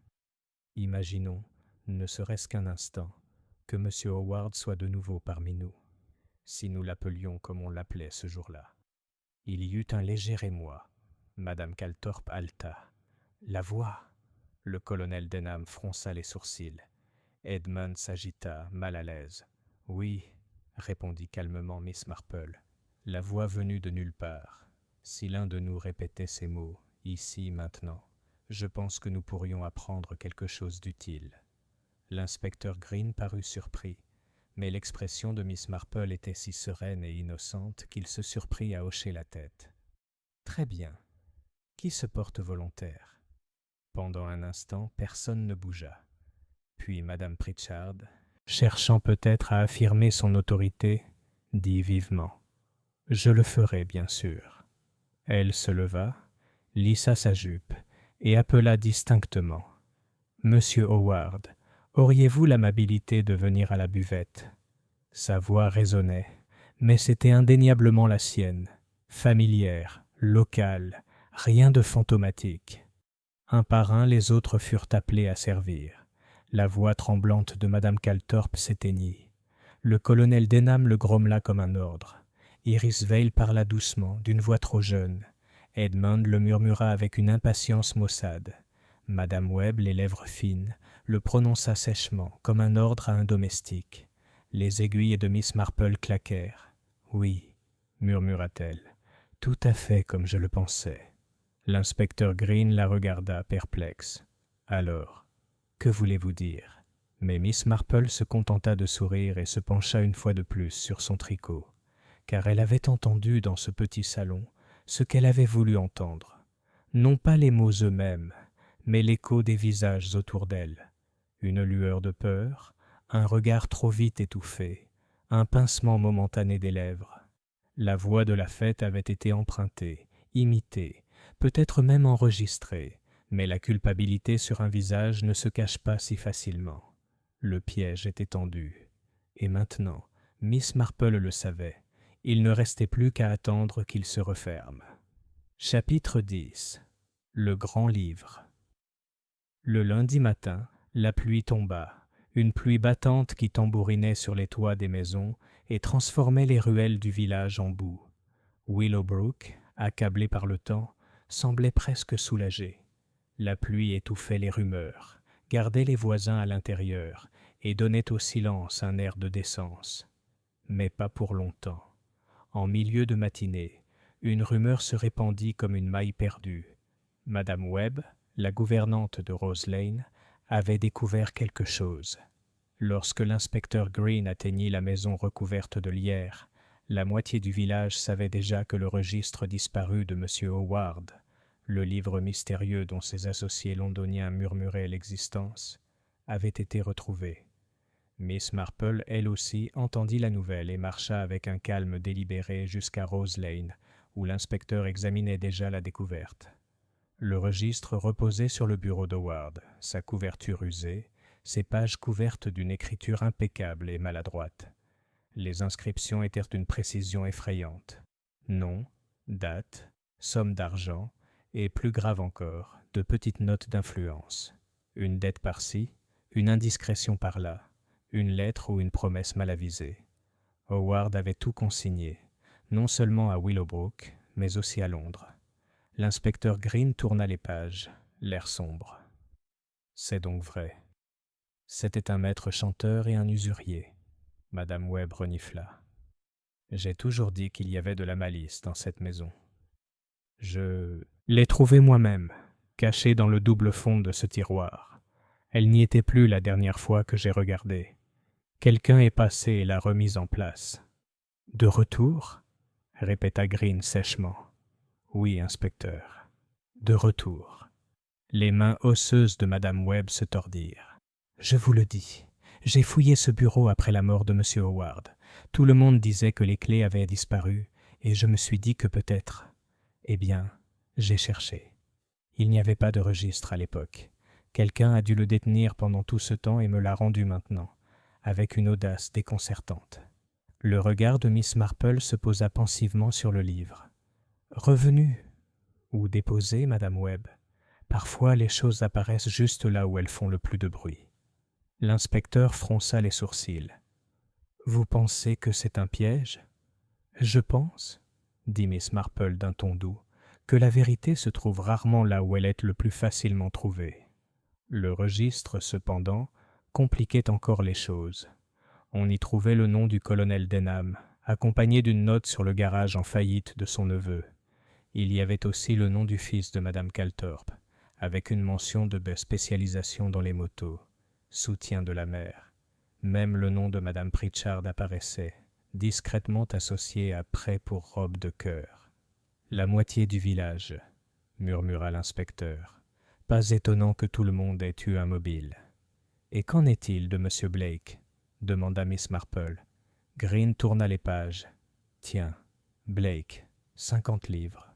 Insolent. Pression utile. » Il referma le livre d'un claquement sec. Ceci conclut. Si Blake n'a pas commis le meurtre, c'est l'un de ses autres.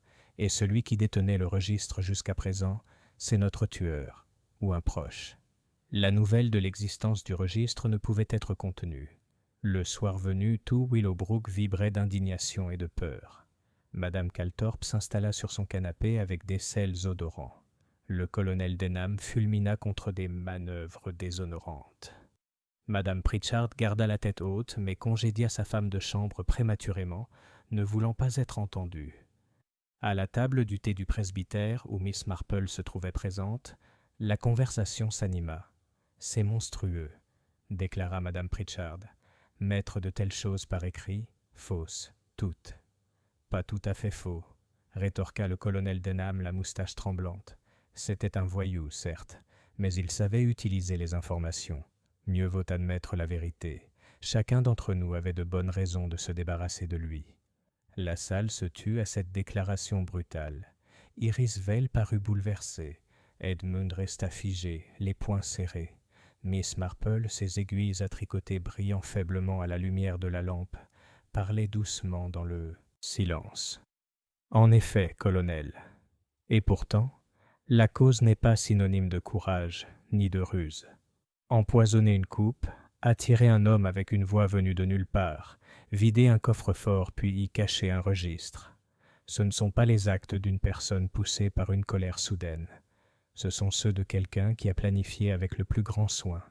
Et planifier, vous le savez, laisse des traces, même dans la main la plus habile. Ses paroles étaient douces, mais son regard parcourut la table. Chaque visage changea sous leur regard, certains de culpabilité, d'autres d'indignation, d'autres encore de peur. Miss Marple pencha de nouveau la tête vers son tricot. Le modèle était presque terminé. Chapitre 11. Fils tendu. Mardi, Willowbrook était devenu un village de portes verrouillées et de volets tirés. Là où autrefois les voisins s'attardaient devant les grilles des jardins, les conversations se tenaient désormais derrière les rideaux tirés. Le grand livre avait empoisonné plus que le thé de M. Howard. Il avait empoisonné la confiance. Le colonel Denham évitait Madame Calthorpe dans la rue principale. Madame Pritchard, jusque-là l'âme de l'hospitalité animée, restait dans son salon. Et Madame Webb se promenait avec l'air de quelqu'un qui avait toujours soupçonné le pire et qui était terriblement satisfait de le voir prouvé. Miss Marple, assise tranquillement près de la fenêtre, observait tout cela avec la patience de quelqu'un qui sait que la nature humaine a besoin de temps pour se révéler.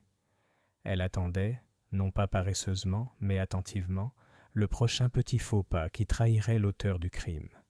Cela s'est produit, comme c'est souvent le cas, par une remarque apparemment triviale. Elle était au salon de Madame Calthorpe, écoutant les angoisses incessantes de la dame, lorsque Madame Calthorpe dit tout à coup « Et dire, Miss Marple, que cet horrible registre mentionnait même la tasse dans laquelle il buvait, comme si c'était écrit noir sur blanc. » Les aiguilles de Miss Marple s'arrêtèrent. « La tasse ? Oui. » Madame Calthorpe s'agita. « Celle avec les bleuets, tu ne te souviens pas ? Je te l'ai dit tout de suite. Et quand je l'ai entendu, je me suis dit « Tiens, c'est mon propre témoignage qui le confirme. » Miss Marple sourit doucement. « Mais ma chère, le registre contenait des noms et des dettes, pas de la vaisselle. Peut-être avez-vous confondu un souvenir avec un autre. » Madame Calthorpe rougit, troublée. « Peut-être. J'ai les nerfs à vif, vous savez. » Mais l'esprit de Miss Marple était déjà en ébullition. Quelqu'un avait parlé trop facilement, trop précisément, de détails qu'il ne pouvait connaître que par sa proximité avec l'acte lui-même. Ce soir-là, au presbytère, un autre fil conducteur fut mis à rude épreuve. L'inspecteur Green arriva, quelque peu agité. « Le rapport du laboratoire est de retour, » dit-il à Miss Marple. « Il y avait du cyanure dans la tasse d'Howard, certes, mais aussi sur le bord de la pince à sucre. Celui qui l'a préparé a manipulé les deux, un travail négligent. »« Pas de négligence, » dit doucement Miss Marple, « de l'excès de confiance. Certains croient tout ranger, alors qu'en réalité ils laissent de petites traces. On n'a pas toujours besoin d'empreintes digitales, inspecteur.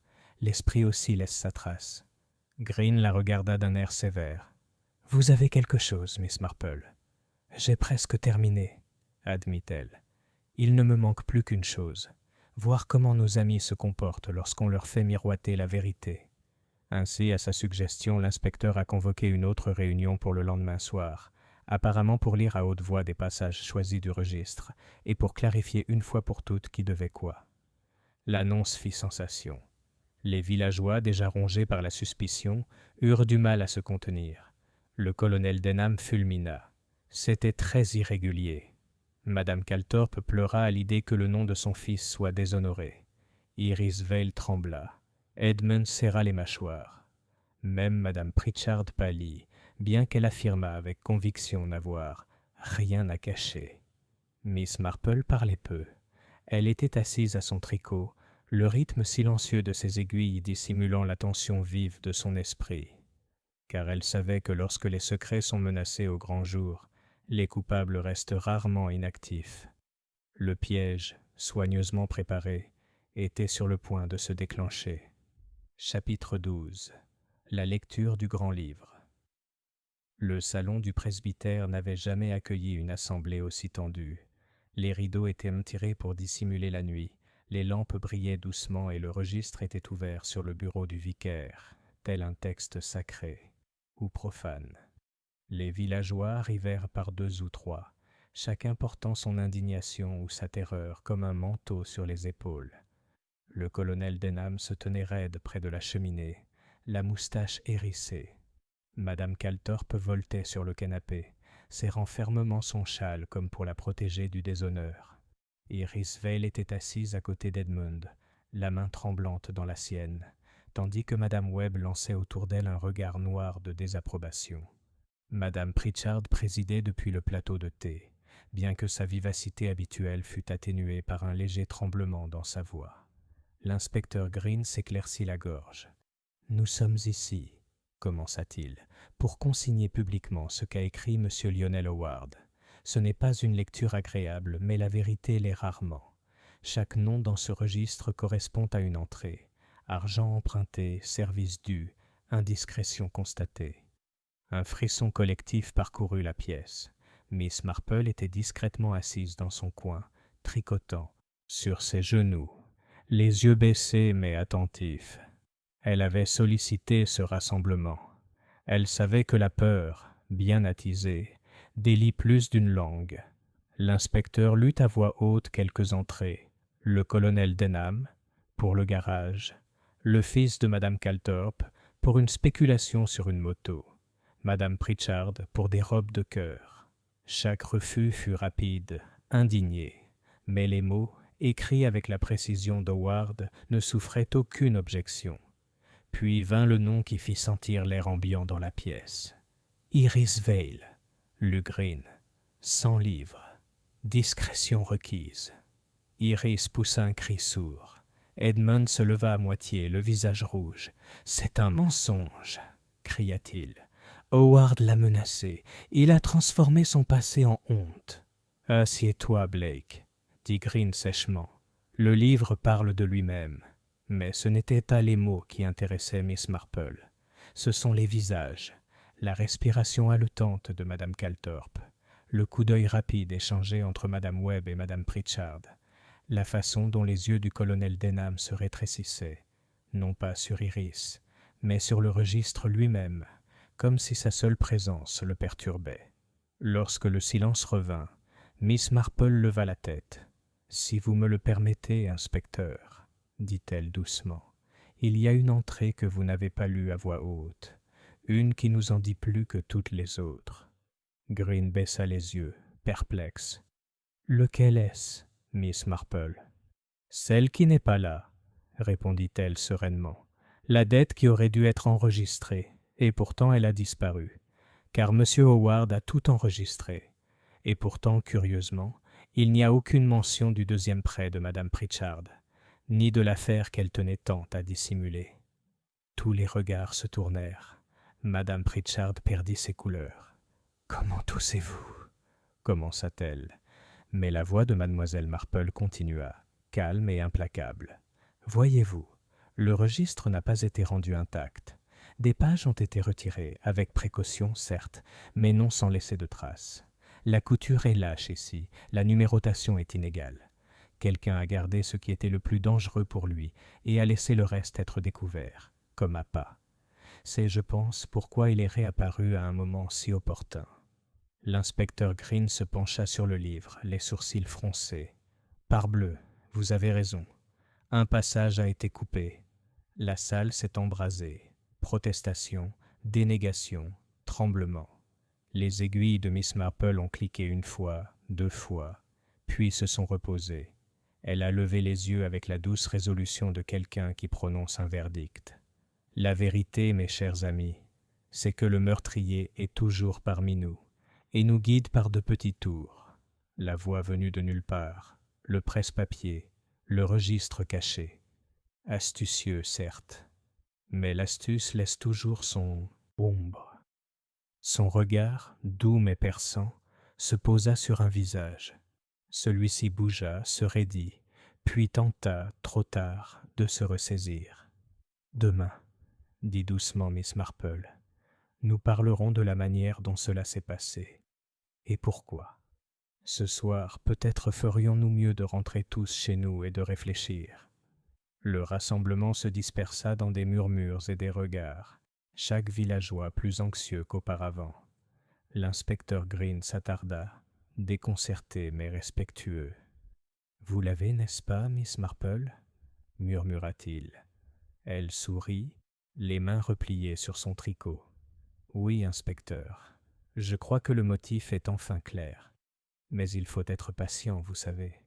Il vaut mieux remonter le filet quand les poissons ont cessé de se débattre. » Et dehors, au-delà de la lumière des lampadaires du presbytère, les ruelles de Willowbrook étaient sombres et humides, la pluie tombant sans interruption, comme pour effacer les prétentions tranquilles du village et ne laisser derrière elle que la vérité. Chapitre 13. Le piège final. Le lendemain soir, le presbytère se remplit à nouveau de visages tendus et de voix nerveuses. L'inspecteur Green avait fait savoir que toutes les personnes liées à la fête ou aux affaires de M. Howard seraient présentes. Personne n'osa refuser. Même Mme Pritchard, pâle et les lèvres pincées, entra avec une dignité que seul le tremblement de ses mains trahissait. Miss Marple était assise près du foyer, son tricot sur les genoux. Elle avait tout d'une vieille fille, réservée et inoffensive, et pourtant ses yeux bleus brillaient d'une assurance tranquille. Elle avait tendu son piège. Il était temps de le refermer. L'inspecteur Green se tenait, raide, près du bureau, le registre devant lui. « Nous sommes ici, » dit-il, « pour entendre les conclusions de mademoiselle Marple. Elle a déjà été utile à la police, et je ne vois aucune raison de ne pas l'entendre maintenant. » Un petit frisson de surprise et d'indignation parcourut la pièce, mais Miss Marple se contenta d'incliner la tête. « Voyez-vous, » commença-t-elle doucement, « le meurtre de M. Howard n'était pas l'acte d'un jeune homme fougueux, ni le coup de tête d'un débiteur désespéré. C'était un crime soigneusement planifié, avec cruauté et ruse. Le poison dans la coupe, la voix qui l'appelait, le presse-papier laissé à la place des clés, et enfin le registre. Chacun était un petit tour, une diversion. et les tours, vous savez, sont rarement l'apanage des simples. Le colonel Denham grogna. Madame Calthorpe s'agita. Madame Webb renifla. Madame Pritchard resta figée, le visage blême. Miss Marple continua, son ton calme mais inexorable. Considérons d'abord la voix. Ce n'était pas un fantôme, mais une enceinte sans fil. Quelqu'un avait accès à un tel équipement, et quelqu'un qui comprenait que Howard, malgré sa brusquerie, n'ignorerait pas une convocation polie, formulée sur le ton d'une dame. Mais aucune voix n'était empruntée au hasard. C'était une voix imitée, une voix que Howard connaissait.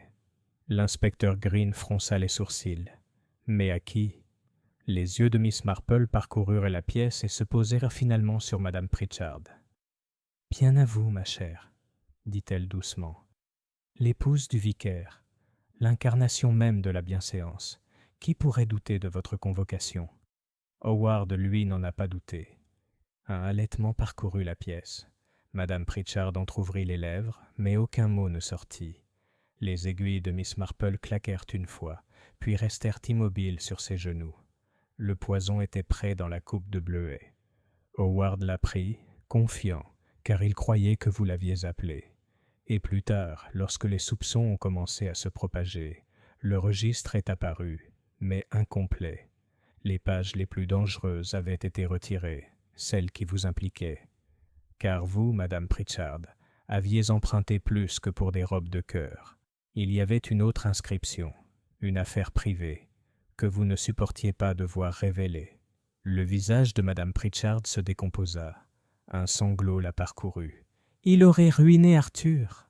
s'écria-t-elle soudain, la voix rauque de désespoir. « Mon mari, notre vicaire, avait écrit une lettre insensée, des années auparavant, prêtant son nom à une spéculation. Howard l'avait gardée, attendant, menaçant de le déshonorer. Je ne pouvais pas laisser cela arriver.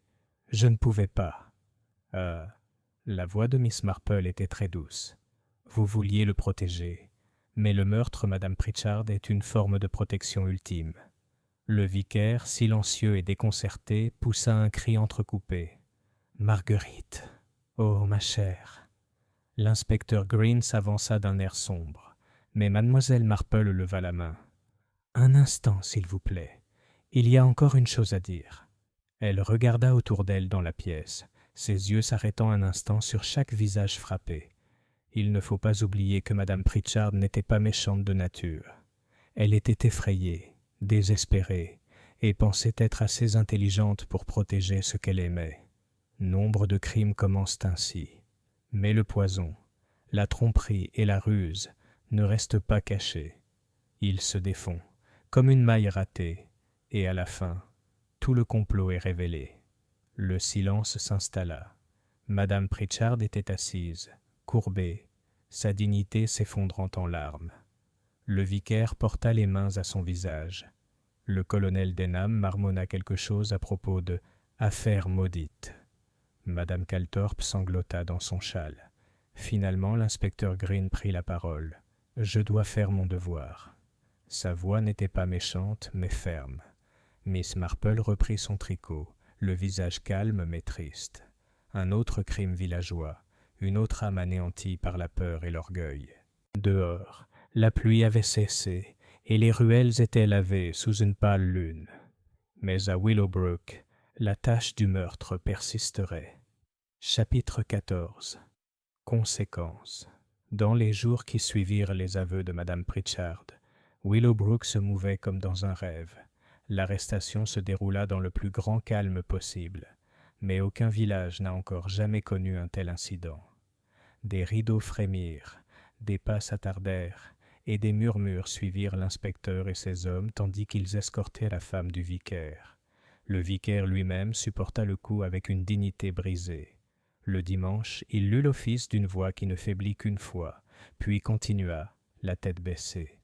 Les paroissiens, émus de compassion, chantèrent plus doucement que d'habitude, comme s'ils craignaient que la force du son ne brise le peu de sang-froid qui lui restait. Miss Marple observait tout cela avec sa sérénité habituelle. Elle n'excusait ni ne condamnait. La fragilité humaine ne lui était pas étrangère. Elle avait vu trop d'âmes anéanties par l'orgueil, la peur ou un amour mal placé. Et si elle éprouvait de la pitié pour madame Pritchard, elle éprouvait encore plus de pitié pour le village lui-même, qui devait désormais concilier son image de respectabilité avec la vérité. La méchanceté s'était installée parmi eux, servant du thé et décorant des fleurs. Chez l'épicier, madame Larkin déclara avoir toujours soupçonné madame Pritchard d'être un peu trop exigeante, tandis que madame Calthorpe sanglotait en pensant qu'elle ne se sentirait plus jamais en sécurité à une fête paroissiale. Le colonel Denham fanfaronna sur la tragédie des femmes faibles, bien que mademoiselle Marple remarqua en privé qu'il semblait soulagé qu'on ne parle plus de ses propres dettes à voix haute. Edmund Blake, bien que toujours agité et fier, releva la tête. Avec Iris Vale à ses côtés, il remercia Miss Marple de sa voix maladroite et réticente. « Vous m'avez sauvé de la pendaison, madame, » murmura-t-il, « même si j'ose dire que vous me prenez quand même pour un imbécile. » Miss Marple sourit gentiment. « La bêtise, monsieur Blake, se guérit souvent avec le temps. Le meurtre, je le crains, non. » Un soir, quelques semaines plus tard, elle était assise dans le jardin du presbytère avec le révérend Pritchard, qui lui avait demandé de l'accompagner dans son chagrin. Les roses flétrissaient sous la chaleur de la fin de l'été, et les abeilles bourdonnaient en somnolence. « Elle n'était pas méchante, » dit-il enfin, les yeux rivés au sol. « Elle était seulement effrayée. »« Oui, » acquiesça doucement Miss Marple, « les gens effrayés peuvent faire des choses désespérées. Elle vous aimait, voyez-vous, et l'amour mêlé à la peur peut devenir terriblement sombre. » Il soupira profondément. « Et vous, Miss Marple, comment avez-vous vu ce qu'aucun de nous n'a vu ?» Elle croisa les mains sur ses genoux, la voix basse. « Parce que, monsieur Pritchard, les gens se ressemblent beaucoup, que ce soit à Londres ou dans un petit village. J'ai connu une femme qui plaçait son mari sur un piédestal et ne le laissait pas trébucher. Elle aussi fit une chose terrible pour le préserver de la honte. Elle n'y parvint jamais. La vérité se ferait toujours un chemin, comme une racine dans la pierre. » Ils restèrent assis ensemble en silence jusqu'à ce que la lumière s'éteigne. Quand Miss Marple revint enfin à sa petite maison, elle s'arrêta devant le portail. Le village était redevenu paisible. De la fumée s'élevait des cheminées, un rire d'enfant résonnait dans le chemin, et l'horloge de l'église sonnait l'heure. La vie avait repris son rythme habituel, même si une ombre persistait sous son calme. Miss Marple sourit faiblement. Les villages, elle le savait, étaient comme des jardins. On les soignait, on les chérissait, on les trouvait paisibles. Pourtant, sous les fleurs, des racines s'entrelaçaient, invisibles, et parfois on découvrait une pousse vénéneuse parmi les roses. C'était son don et son fardeau de remarquer de telles choses. Elle rentra, alluma sa lampe et se mit à tricoter. Les aiguilles claquaient doucement, régulièrement, tandis que dehors, la nuit tombait. Et ainsi, à Willowbrook, la voix qui avait parlé de nulle part se tut enfin. Chapitre 15. Épilogue. Le village retrouve son calme. L'automne arriva tôt à Willowbrook cette année-là. Les feuilles de tilleul jaunirent et se déposèrent doucement sur le verre, effaçant le souvenir des guirlandes et des tables à tréteaux. La vie, avec l'obstination des villages anglais, reprit son rythme familier. Les enfants allaient à l'école, leurs cartables balançant. Madame Larkin faisait vibrer la fenêtre du bureau de poste chaque matin, et l'on pouvait voir le colonel Denham marcher d'un pas vif vers la forge, comme si la guerre n'avait jamais pris fin. Pourtant, sous la surface, les choses n'étaient plus tout à fait comme avant. Les gens parlaient plus doucement les uns des autres, hésitaient avant de répéter une histoire, et y réfléchissaient à deux fois, avant de supposer que respectabilité rimait avec sécurité. Le révérend Pritchard resta dans sa paroisse, sa dignité blessée, mais non détruite. Avec le temps, la sympathie remplaça le scandale, et la congrégation, avec une réserve toute anglaise, se comporta comme si de rien n'était, si ce n'est que l'absence de Madame Pritchard se fit cruellement sentir lorsque les fleurs de l'autel furent mal disposées. Madame Calthorpe reprit ses esprits et déclara qu'elle ne se laisserait plus jamais tromper par les apparences. Madame Webb continua de frotter Rose Lane jusqu'à ce que la pierre brille de désapprobation.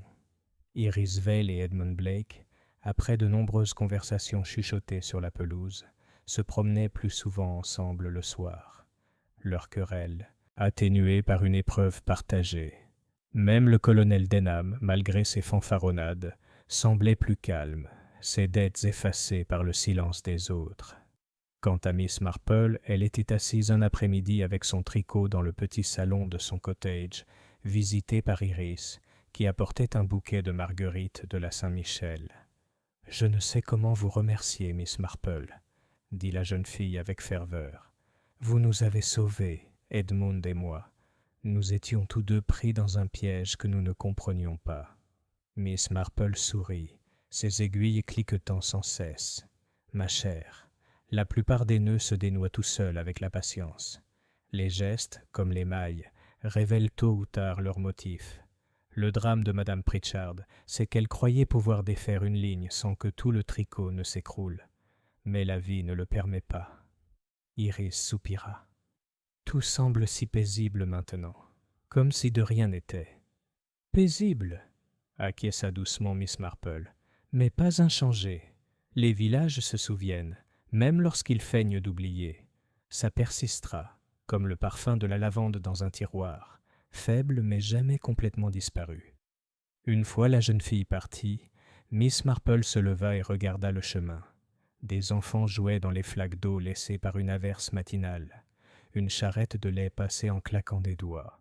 La cloche de l'église sonnait la demi-heure. Pour tout étranger, Willowbrook aurait semblé l'image même de la tranquillité. Mais Miss Marple savait que ce n'était pas le cas. La nature humaine ne change pas, que ce soit à St. Mary Mead, à Marleycombe ou à Willowbrook. Sous chaque haie de rosier se cache une épine. Derrière chaque sourire charmant, une motivation à découvrir.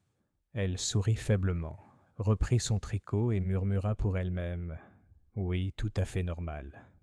À la prochaine. » Et avec cela, le petit cottage tranquille au bord de Willowbrook tomba dans la paix, les aiguilles claquant doucement, régulièrement, comme si elles gardaient le rythme des rythmes éternels de la vie du village. Chapitre 16. Post-scriptum à St. Mary Mead. Quelques semaines plus tard, Miss Marple retourna dans son village natal de St. Mary Mead. Là aussi, la vie avait son rythme paisible. Les fleurs de l'église, l'institut des femmes, l'interminable bataille des roses contre les pucerons.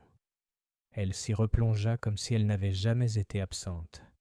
Pourtant, alors qu'elle était assise un après-midi avec sa vieille amie Madame Bantry, sirotant du thé près de la fenêtre, elle se retrouva à raconter à sa manière tranquille la curieuse affaire de Willowbrook. « C'est la voix qui m'a le plus intriguée, » dit-elle. « Les voix, vous savez, sont des choses tellement particulières. On se croit à l'abri dans nos propres intonations, mais on peut les emprunter, les imiter, voire les désincarner. » La vieille pauvre Madame Pritchard pensait pouvoir utiliser son ingéniosité pour protéger son mari, sans jamais se rendre compte que l'ingéniosité, une fois affichée, se trahit. Madame Bantry frissonna d'horreur et de joie. « Fantastique! À une fête de village en plus. Ça me donne la chair de poule rien que de penser aux tasses de thé et aux poisons. On s'attend à ce genre de choses dans les romans, pas parmi les stands de confitures et les tombolas. » Les aiguilles à tricoter de Miss Marple s'agitaient sereinement. « C'est là, ma chère, qu'on se trompe le plus. Un meurtre est rarement grandiose ou théâtral. C'est dans un cadre intime, une tasse de thé ordinaire, un visage familier que la méchanceté se cache le plus confortablement. » Madame Bantry la regarda avec un mélange d'admiration et de malaise. « Tu vois vraiment le pire chez les gens, Jane. » Miss Marple sourit faiblement, mais avec bienveillance. « Pas le pire, Dolly, juste la vérité. Et la vérité, lorsqu'on la regarde avec attention, n'est pas aussi effrayante qu'on le croit. Ce sont les mensonges qui troublent le monde. » Dehors, le soleil d'automne éclairait les toits impeccables de St. Mary Mead, et la cloche de l'église sonnait l'heure. Miss Marple sirotait son thé, ajustait sa pelote de laine et remettait ses aiguilles en marche. L'affaire de Willowbrook était close. Un autre village, un autre enchevêtrement de faiblesses humaines se dénouait. La vie continuait, comme toujours. Et Miss Marple, avec ses yeux doux et ses manières calmes, restait sa gardienne la plus vigilante.